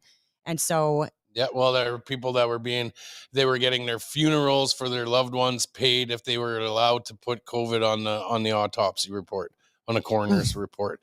The government, Justin Trudeau, came right out and said that we are going to take care of any employer. We will cover all lawyer fees for anybody who has adverse effects or has any kind of issues from this jab. As soon as you start protecting these people for implementing this, that's where it started to get, whoa, like red flags are flying at this point. Oh, and it's insane. The amount of bullshit that went on. We've got all the data we're going to add into this podcast. So I'm hoping you guys go and do your own research, man. Freedom of informations are available as well. I've worked with several people that are really good at getting freedom of information. On that, so access to information requests. So there's a Discord page with we'll call him Ethos and Eris. Okay. And he's former military as well. Incredible guy, engineering background and things like that. Did you say egos and arrows? No, his name is Ethos. Ethos and Eris. So ETHOS. ERIS. I don't know why he chose that. I should look it up. Okay. But he's given me badges and things like that. He's like mailed to me. He's on the West Coast. Yep. But he has a Discord page, and he's very organized because he was like a high-ranking officer and stuff like that. So he has like these he has it broken down by subfolders and folders with and if you want to see access to information, submissions, returns, or the no returns response, then you can go on COVID. You can click COVID, or if you want to look into military, it's broken down by that as well. There's so many different folders that you can look at where it's constantly being people are feeding into it. And so these are mostly people in government, but this should be accessible to anyone. Absolutely. And so I've given this to the agent guru, Viva Fry's agent, and other people, and they thought it was great. Well, we're gonna take that, ladies and Ethos gentlemen, and for sure. Discord. We're gonna put this in. Absolutely. I want to talk forever. I want to get more into this. Like spill it. I know one of my biggest ones. What is your major concern when you say, I don't want to say too much? Is it the concern for NDA style stuff, or is it concern for your life? It's a little bit about the NDA stuff, but mostly about other people's lives, because I have, even with people that I've had, I've done podcasts with, or that I've been in communication with, it just seems like really messed up things have happened to them in their lives as well. And so I don't even know if I can even correlate it, but even in 2022 within Stittsville, we were in lockdown and stuff like that. And so, there were people that were coming to my house for certain meetings and stuff like that, because I was basically like a command post at my house. Like I had fully committed to having my office, everything was there. And so I was like, okay. And because I had nowhere else to go. Yeah. And because I didn't trust, there's a few places in Ottawa you can go where they say it's secure and you can go and not be hacked and stuff like that. That's bullshit, because there's even people in those parking lots that are looking at people going to and from those buildings. They're checking your license plates and your vehicles, and so not as safe. So even if they can't get access to the information in the room, they're absolutely getting it when you leave, and they might even be putting stuff on your vehicles to be able to trace you. And so people need to be a little smarter in Ottawa. So that was another reason why I decided to have my command post in my house, and why I subsequently had to move to a log cabin in the woods. Yeah. Makes sense. But where was I going with that? With the perimeter alarms and all the tripwires and the booby traps. Well, not the tripwires, but no, there's tripwires, there's booby traps. Or anybody who's getting any ideas of going. I trust me, I am protected. I try to protect you there. But I am protected. I do. I have, because you need to be. I have multiple layers of protection at my house, and so it would, yeah. And plus, he's 20-year combat guy. She ain't one to be messed with. Did I hear something about you being on Naked and Afraid? I know this is off topic. Yes, I was. You were on Naked and Afraid? I was. And actually, yes, I was. What? Yeah. Yep. That's and crazy. I got a lot of good contacts and information doing that. And so people, and that's why even with January 6th, I was tracking that before it happened. And other things like since, and there was a couple people that were completely radicalized because with Naked and Afraid, like that was like there was the demographic of the people that were watching it are the people that are typically like survivalists, but also like can't believe I missed that episode. Like they can be like more radicalized because anyways, it's hard to explain it. So there was a certain demographic and like I saw where it was going with like the narrative and stuff like that. So I like there was a few people that were on the show that I'm like I'm really interested in like what this is all about. And so I did that. And so there were a few people that and we're still in contact today. They're great people, but also people I had to de-radicalize. They were fully QAnon. And believing in that, and I'm like, that is a counterintelligence operation, like Soviet style. From the like this, like there's like that is like don't do that. And anyways, and people that were, and then people that were, they had a lot of influence. And where was I going with that? So yeah, I did it, but I did it largely to get access to certain communities and groups in order to, and it really helped me out, and still to this day because even during COVID and after. Or even actually with stuff that's going on in the U.S., like I'll get a call from South Carolina, or I'll call, or like Alaska, or places with people that are really well connected, people that were like former military or former law enforcement. Because I claim to be, I can live in the bush, or the far left radicals. So I was interested in them as well. So like befriending them as well, like a couple of them, and getting access to that side, right? Because you have to know your enemy. Yes, not that you're my enemy, but you have to know the other side, right? So a lot of some of the honeypot stuff or the communication I've done is people of all different fringe groups, right? And so you'll get the video game guys, you got the bodybuilding guys or girls, and you name it. Yeah, because I'm so a lot of the things, like you said, those barnyard meetings, we'll go back to those again. I do know, like that's what we were looking at: how to survive off grid without any, ties to the real world or whatever you want to call the real. I'm picking my words very correctly, but knowing how to survive if you ever had to get out in a bug out situation, teaching people how to pack, what to look for, getting yourself medicines, what's natural medicines you can use, how to desalinate your water, all of those kind of things. In the event that this thing turned out to be a full-blown zombie apocalypse, right? We're talking Walking Dead kind of stuff, right? So there was nothing radical in that. But in the sense, though, it definitely brought me, like, when you start talking about, I want to be living off the land. I want to be off grid.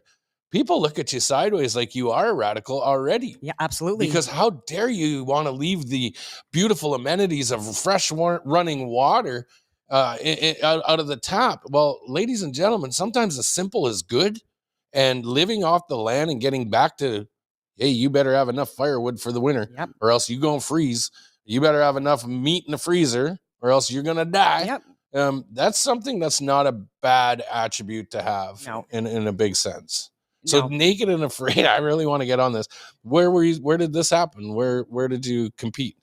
It's not really a competition. Well, I mean, I guess you can competition with yourself, but I went to Montserrat. So which the East Caribbean Isles, and so it was a like a volcanic island, and so I had to cross through an area that was barren with like really sharp concrete and rubble and stuff like that before going into the jungle, and it was fun. And so you ate bugs?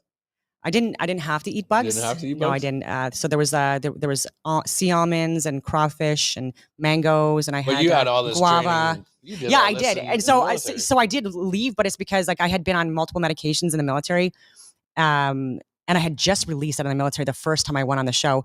It was a segue into other work I was doing, because just before I left, I left for multiple different reasons. But one of the reasons was because I was going to be working back at the Special Forces in a specific area that I had been doing training for. And it was going to be, I was going to take over that company or whatever you want to call it. I don't want to say too much. And but what had to happen was they had to send up a request to have like an add-on like onto the CFTPO for manning, because every single position in the military, it's very specific, and then you have to input data like specifically regarding that.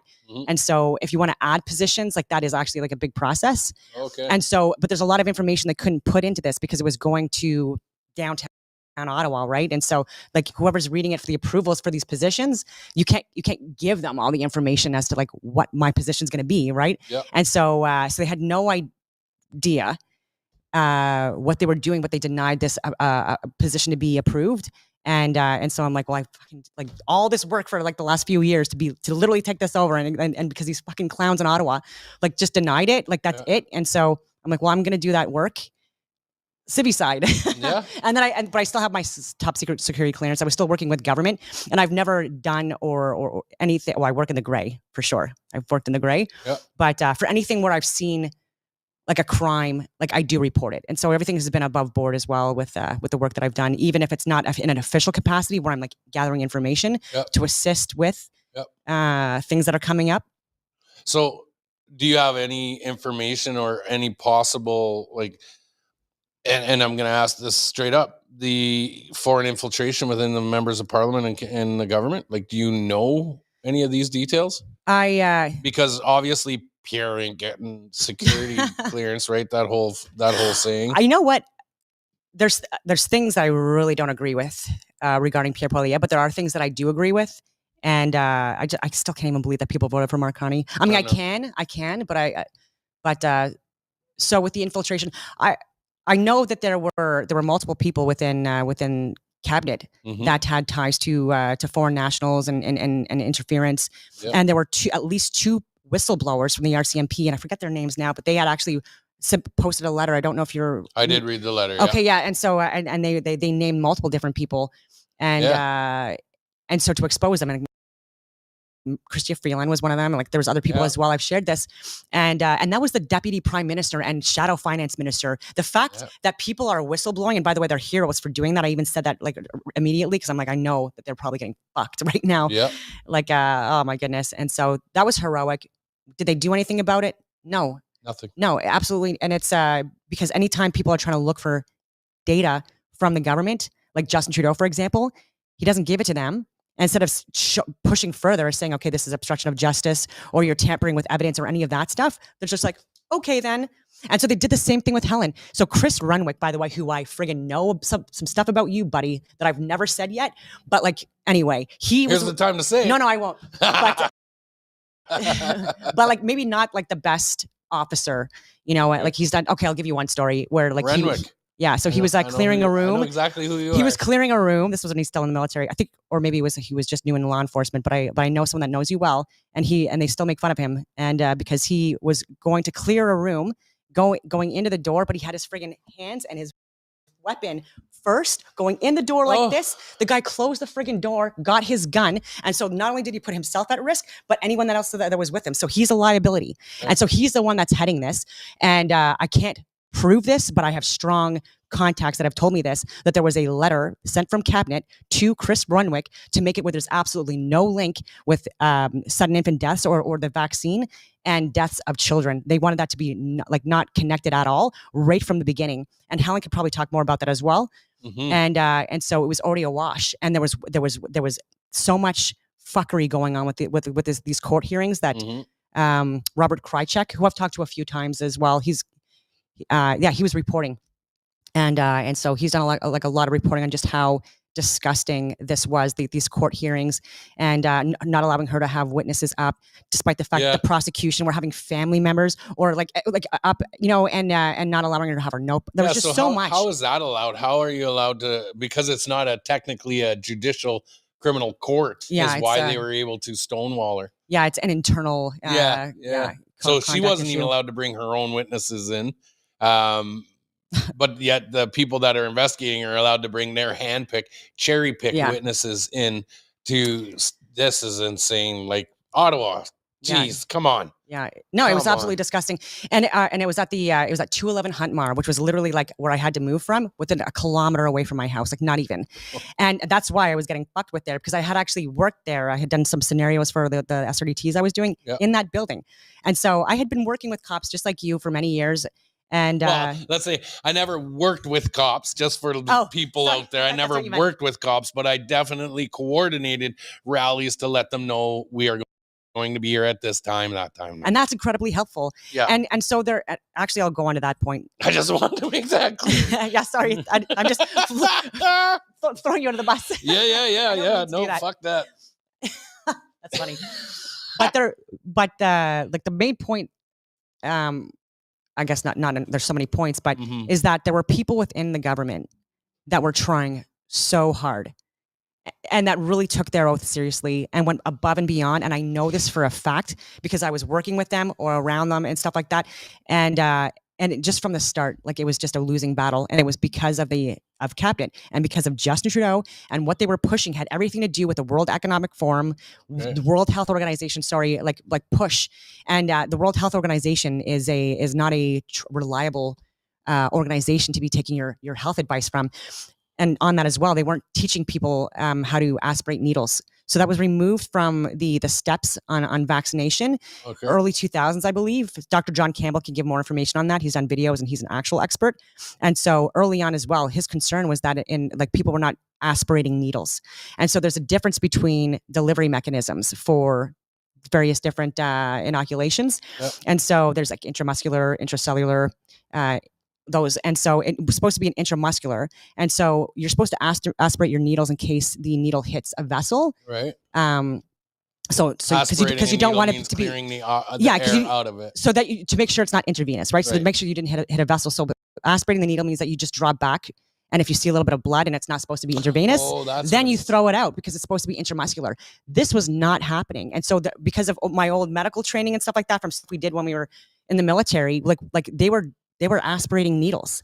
And to know if if I hit a vein, then it depends on the thing that you were putting in your body. Yeah. It really matters. It really does if it's intramuscular, intracellular, subcutaneous, etc.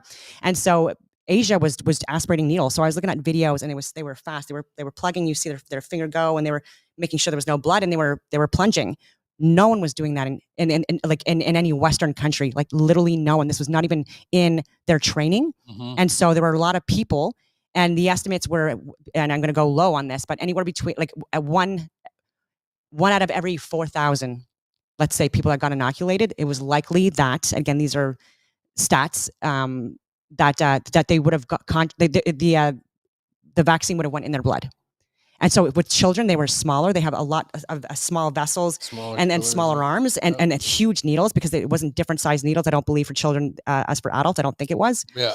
I know that the dosage for under a certain age was like a third of the dose of adults, but we never aspirated needles. So there were people, including children, which was probably like a higher chance of getting the intravenous. Yeah. Which is why people were saying like, oh, it's supposed to stay in the area, but it wasn't, especially if you got it in the veins, because then it was going everywhere. It's going right to the brain. And it's going to the brain. It's going to the reproductive organs. It's all of those things. And so I do know women that had menstrual issues. Yep. Like really bizarre ones, like too much information for weeks. Or exactly. Yep. And really like a lot of blood or like skipped or were having issues with complications with their, you name it. Yeah. We can go into grave detail, ladies and gentlemen. You know that it's a touchy topic for things. But imagine you have a vaccination regime out there, but the whole purpose of it is to depopulate, and that's what I think, and I know from the stats. Well, that's what Bill Gates said on the TED Talk. 15%. If we can depopulate the world with a vaccine. 15%, we can reset back to where they want their numbers. Oh, like the Georgia Guidestones of 500,000. So these guys are 500 million, 500,000. Oh, can you imagine? 500 million is bad enough. Yeah. No, they're crazy, and it's all propaganda, pseudoscience, pseudo medical. Like Bill Gates is not smart. Like he's cunning and manipulative, and he has good contacts because of his parents. Theory about. You want to hear my theory about Bill Gates? Yeah. Bill Gates, I feel, was part of the Young Genius team that was around when Roswell, New Mexico happened. And he came in to reverse engineer. And in order to not talk about it, he was given Microsoft. And that's why there was the issue. That's why he is who he is. That's a good theory. I think that, well, his father, wasn't he? He was also very rich. And so Bill Gates didn't develop Microsoft from his basement or from his garage. Steve Jobs did. And but he stole it. Yeah. It's like, so he stole his Microsoft. I was just kind of going off topic because I can't stand the guy. No, he's disgusting. And why is he not in jail? And why is he not on some kind of like a no-fly list for Canada? And how is this guy who's a computer guy even able to talk to us about vaccinations and doing these things? And then he's buying up plots of land all over the world. And he doesn't think that trees are necessary to sustain the ecosystem. And world leaders are taking their advice from this guy. Yeah, I think he is not a good human being. I think that like even with like his family background, was his father the one that was like assisted in like the Planned Parenthood from like being developed in the U.S.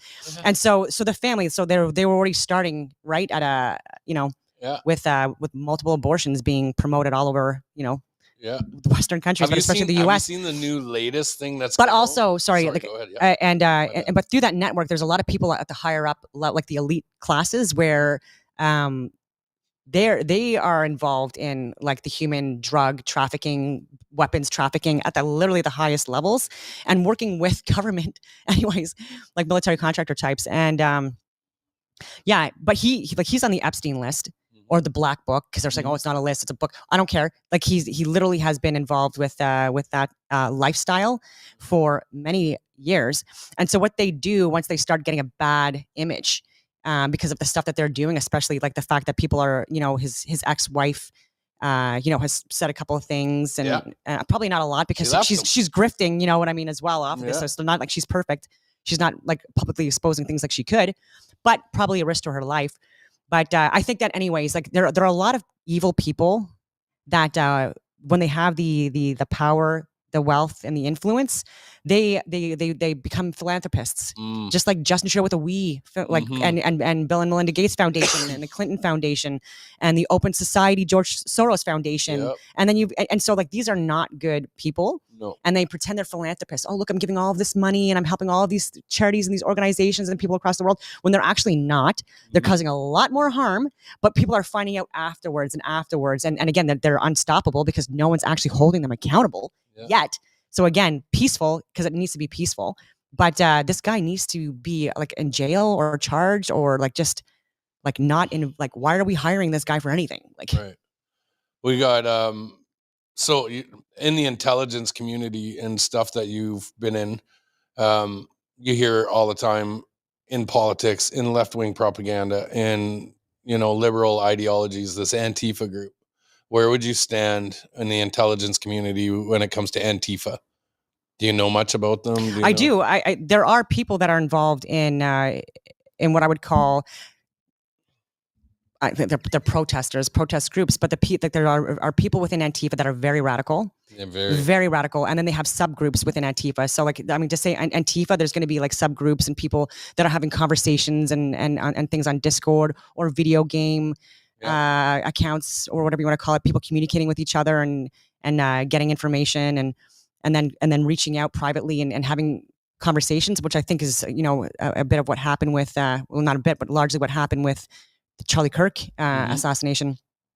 I don't know where you stand on that or what you think of that, but we can move on from that. I've done a deep dive because there's a lot of people sharing a lot of conspiracy theories about it. There's too much right now, and I'm like, you guys are out of your minds. Like, respectfully speaking, like, look at my channel. What they're doing with the Charlie Kirk stuff, I swear it's a psyop in itself to download and put way too much shit on the internet to just get you scatterbrained. Yeah. So you can't pinpoint it. But the reason I was asking about the Antifa thing. Oh, yes, sorry. Yeah, no, that's okay, because it coincides with the same thing, because there was an incident in Ottawa or in Montreal here where a gentleman flew smoke grenades at a Christian concert. Oh, yes. You mean the Department of National Defense guy? Bingo. Yeah. Because there's people in government that are doing their own shit on their own time, doing dumb shit. You know, and again, it can't be. You can't blame everyone that's But working. Have you seen the release of what's her name? I can't remember her name. Right Alexa now. Lavoie. Alexa, yeah. Have you seen her video? I did. Okay. Did you see how fast he coordinated?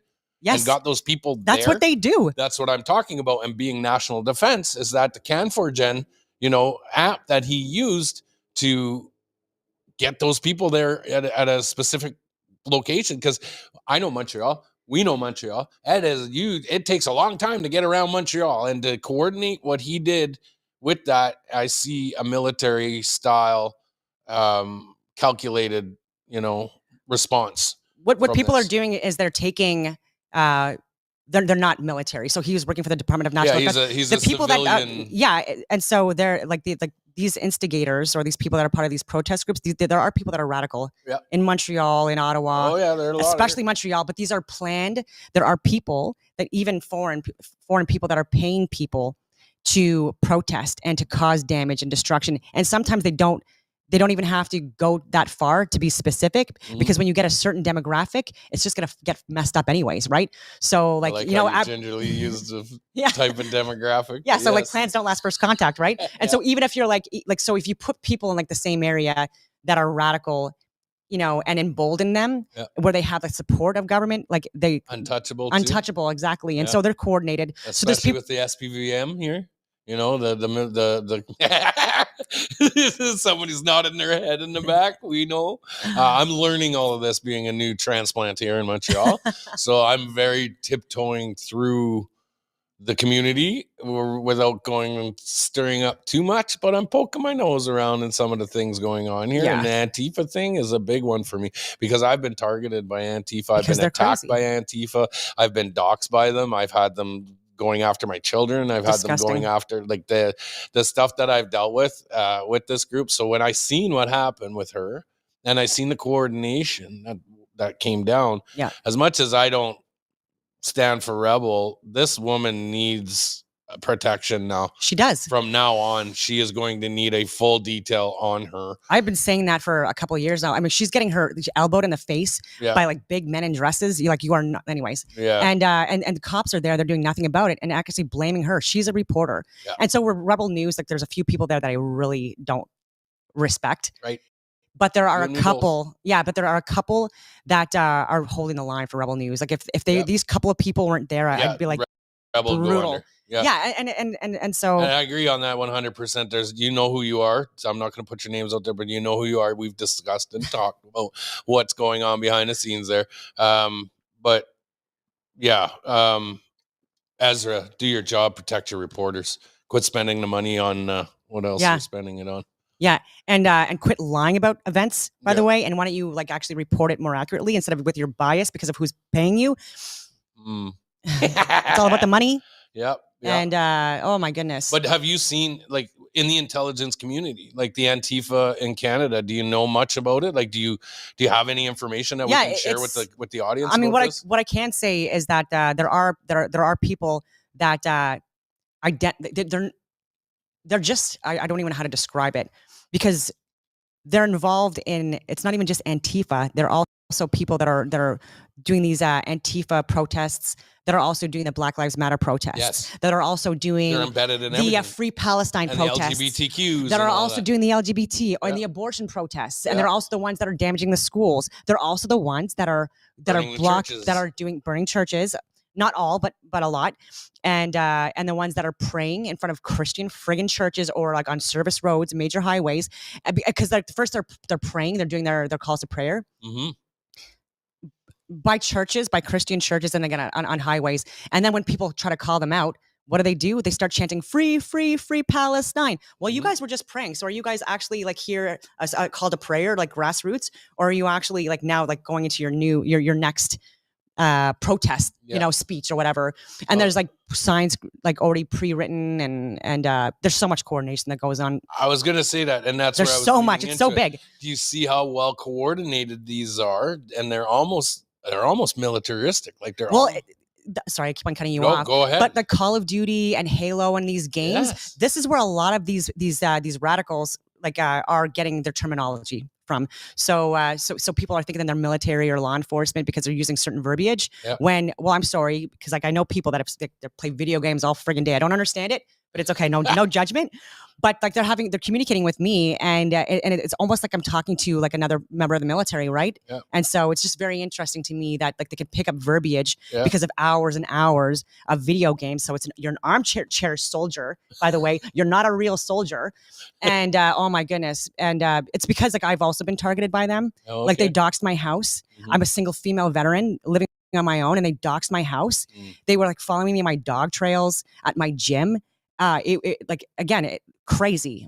And then whenever I was trying to contact law enforcement, which was Ottawa Police Services, but 211 Huntmar, they wouldn't even care. They weren't even responding. So I felt like my life was at risk. I had these large vehicles that would be backing on, not back, but facing my backyard, like into my patio with blacked out windows and stuff like that. I'm like, I don't even know what you guys have in those vehicles. Do you have a firearm? Do you have, and so they were fucking crazy. Yeah. Wow.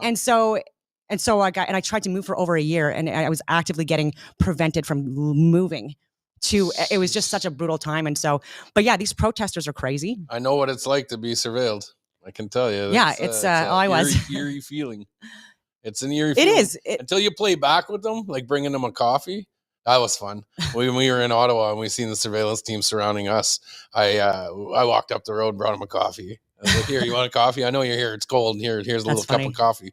When they were surveilling my house in Alberta, I flew the drone right up to the window, and I flew my little pocket drone went right up to their window, stared right in at their window, and I went like this. There's my drone. But I had drones too, like on private property, like just at the end of my road. Like people knew. Actually, I'll get into another point too, but.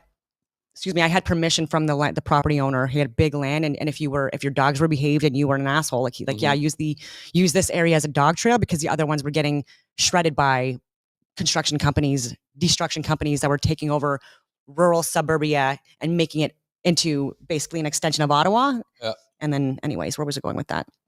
Oh yeah, and so there was drones a few times too, and law enforcement out with canine teams, and look, why are you there? Because this is private property.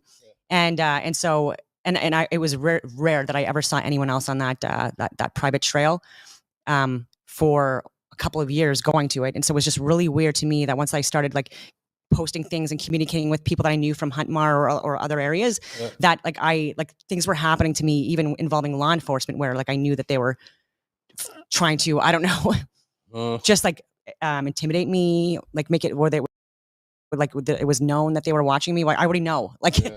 Like I was already told. Yeah, you don't have to try to intimidate me, but yeah, things like that. And they don't realize. Like I had my dogs with me. It's a good thing that I didn't have them off leash, and it haunts me till this day sometimes. And I just had this feeling. I was going over this corner, and for some reason I'm like and I'm gonna like leash my dogs up, and then I turned the corner, and then there was like the whole team there with canine dogs. My dogs love dogs, so they would have probably 100% tried to run into those friggin' dogs or the people just to jump and lick and stuff like that, because they like people. But I'm sure they would have got shot. And so I'm not going to get conspiratorial on that, but at that time in 2022, again, not a lot of people were going to my house because of lockdown and whatever, and because of what I was doing, I didn't want to like have too many people in my house, anyways, and so two of my close friends, and again, I only had a couple friends in Ottawa by that point. They literally one was like within a 500 to a kilometer away from my house, and then the other one's a couple of kilometers away. Their houses burned down, electrical issues, and there was no, like barely any houses where there were fires in Stittsville, 2022. So look that up. And so it's hard not to like make a correlation when the gang stalking makes you think you're crazy. And I constantly had to like the psychological to get out of my head and be like, okay, this is probably just a coincidence and stuff like that. But during the time, just because of everything else that was going on, and then even I don't believe in coincidences. I don't either. And just the situation surrounding them as well, it still doesn't sit right with me. And I don't want to overshare, but someone in my family who I love this area more, because I'm in Ottawa, at the outside of Ottawa now, but he was suspiciously ran off the road on his way to work, and the person didn't stop, and he did a rollover, and so this was also during this literal time, like this was like the the end of 2022. So like a month after one of my close friends had her house burned down suspiciously and had to be rebuilt. And it was a new build. This is what I mean. These were 2 new builds that weren't even finished being built. Wow. And so just like a lot of things. So I get what you're saying with a lot of stuff. It sounds crazy, but. Well, because you're making me think of things that I've already known that happened in my life and in other friends of mine and things that have happened. And it's like. Yeah. And so there are people in government that are using their positions of authority or power to do things, but there are also, unfortunately, people who are radical or extreme, and they're getting emboldened and enabled, that are also just doing things on their own or organizing beyond government. So they're not working with government or anything like that, but they're actually just doing this out of their own free will. Maybe I guess they're the radicals. They are the radicals. So there are legitimate radicals as well that aren't hired by government or that aren't government. Like I do know this for a fact. And I can sit here all day. Oh, and sorry, I just wanted to, in case you didn't. And so I don't know if you saw that study that was released from the U.S. just either like last week or recently, but where you have it where there was a poll done or stats that were done for people that support political violence. Oh, I did see that. Okay, so yes, and so you have the far left. Yeah. Far left, by the way, 24% in support of political violence. Yeah. And then it was lower than that for the left. Then you have the moderate, like the moderates or the independents. I think it was like 8% or something like that. Correct me. Maybe it was 10. 8. For the far right, you mean? No, I'm going down the list. Okay. So when you look at the percentages, the highest percentage of people in support of political violence was the far left. Far left, yes. Followed by the left, followed by the moderates or independents, followed by the right, followed by, last one on the list, the far right. The more conservative, traditional people, 3% supported political violence compared to 24%. Crazy. And so for people to say that this is right-wing extremism and radicalization when this has absolutely been far left and more emboldened and more likely to commit violence, which we've clearly seen if people have seen the protests that people are trying to report on, and we're getting a bad rap. So you have these staff sergeants saying that being conservative or to just traditional is extreme or radical, like you were saying before, and it's actually the way you're supposed to live your life. Yeah. If you're not a complete asshole. A prime example is after Charlie Kirk. You know, what happened with George Floyd? They burnt down cities. Charlie Kirk. Yeah. People come together in prayer. Yeah. Big difference. Huge we difference. Ain't the same. I can sit here and talk for hours. I know. It's amazing to hear these things, and you know we'll have to continue to stay in contact. But I want one message. If you could say one thing to your team members, to your international communities, to law enforcement, if you had the opportunity right now to say something, what would it be if you had? I know it's kind of on the spot. Yeah. But if you can say anything in order to get us back to somewhere even keel, well, I'd like to close off with an inspirational. I would say, because it's more people need to speak out, but be respectful, be peaceful, and it needs to be people that have like some kind of a position of authority or influence. There are people that can be trusted within the government. That I know this for a fact, and that's why I wanted to come here as well to say that like there are, but we are getting hindered, and they are getting hindered, and I have my reasons for believing that. I think that they also want to fill quotas in prison systems and jails, and so they're looking at having, anyways. That'll be a different topic for a different day. But I would say, speak to your House of Representatives, speak to the elected official within your town, like your mayor or your whoever. And be respectful, send an email or call, have data to back up what you're saying. Like people like myself have been doing this for literally years. We're getting gaslit. So, but I think at some point, like the more and more people that actually reach cabinet or email them, and again, has to be respectful, then I don't see how this can change unless we hold people accountable, but specifically within cabinet. In a peaceful way. It has to be peaceful and respectful, but it has to be government doing it. So it can't be anyone beyond that, because like the only way that people are going to gain trust in the government again is if you make it where you deserve trust. So if this is, like changes need to be made, we are hitting societal collapse, economic collapse, so many different things, and we're not overpopulated, we're densely populated. And so like people within government, like I'm just urging you, like I've done it. Helen Gruss has done it. So many people I know have done it that are in military. We risked our lives. People got kicked out, even pregnant with over 20 years service in and risked their pension because they cared. And so, yeah, we just need more heroes in government. I agree. And with that, ladies and gentlemen, I'm glad you lasted to the end of this, because those are messages that need to be said. Guys, to anybody out there that's listening that is on the other end in a governmental position, you can do us all a favor and come clean. We always said there's just got to be that one politician that stands up and says, we were wrong and we did something wrong. And you know what? You will find that Canadians would be more compassionate with you and be more understanding, because you came out saying, you know, we did this way, this really happened, but we were wrong and we're sorry. We need to fix this. And you'd be surprised how fast that would snowball across the rest of the country. I want to thank my guest, Dawn Dussault. Thank you so much. Thank you for your service, and thank you for coming in. And I hope that we can do some more of these. I really want to peel back the onion a little bit more on this. So that's it, guys. Welcome. Thank you for watching the Real Pat King Show. Stay tuned for future episodes. It sounds like our content is getting a lot better. You guys are asking for part 2s with guests. So, Dawn, I sense there's going to be a part 2, 3, 4, 5 coming. I hope so. Thank you, ladies and gentlemen. We'll see you guys soon. Take care.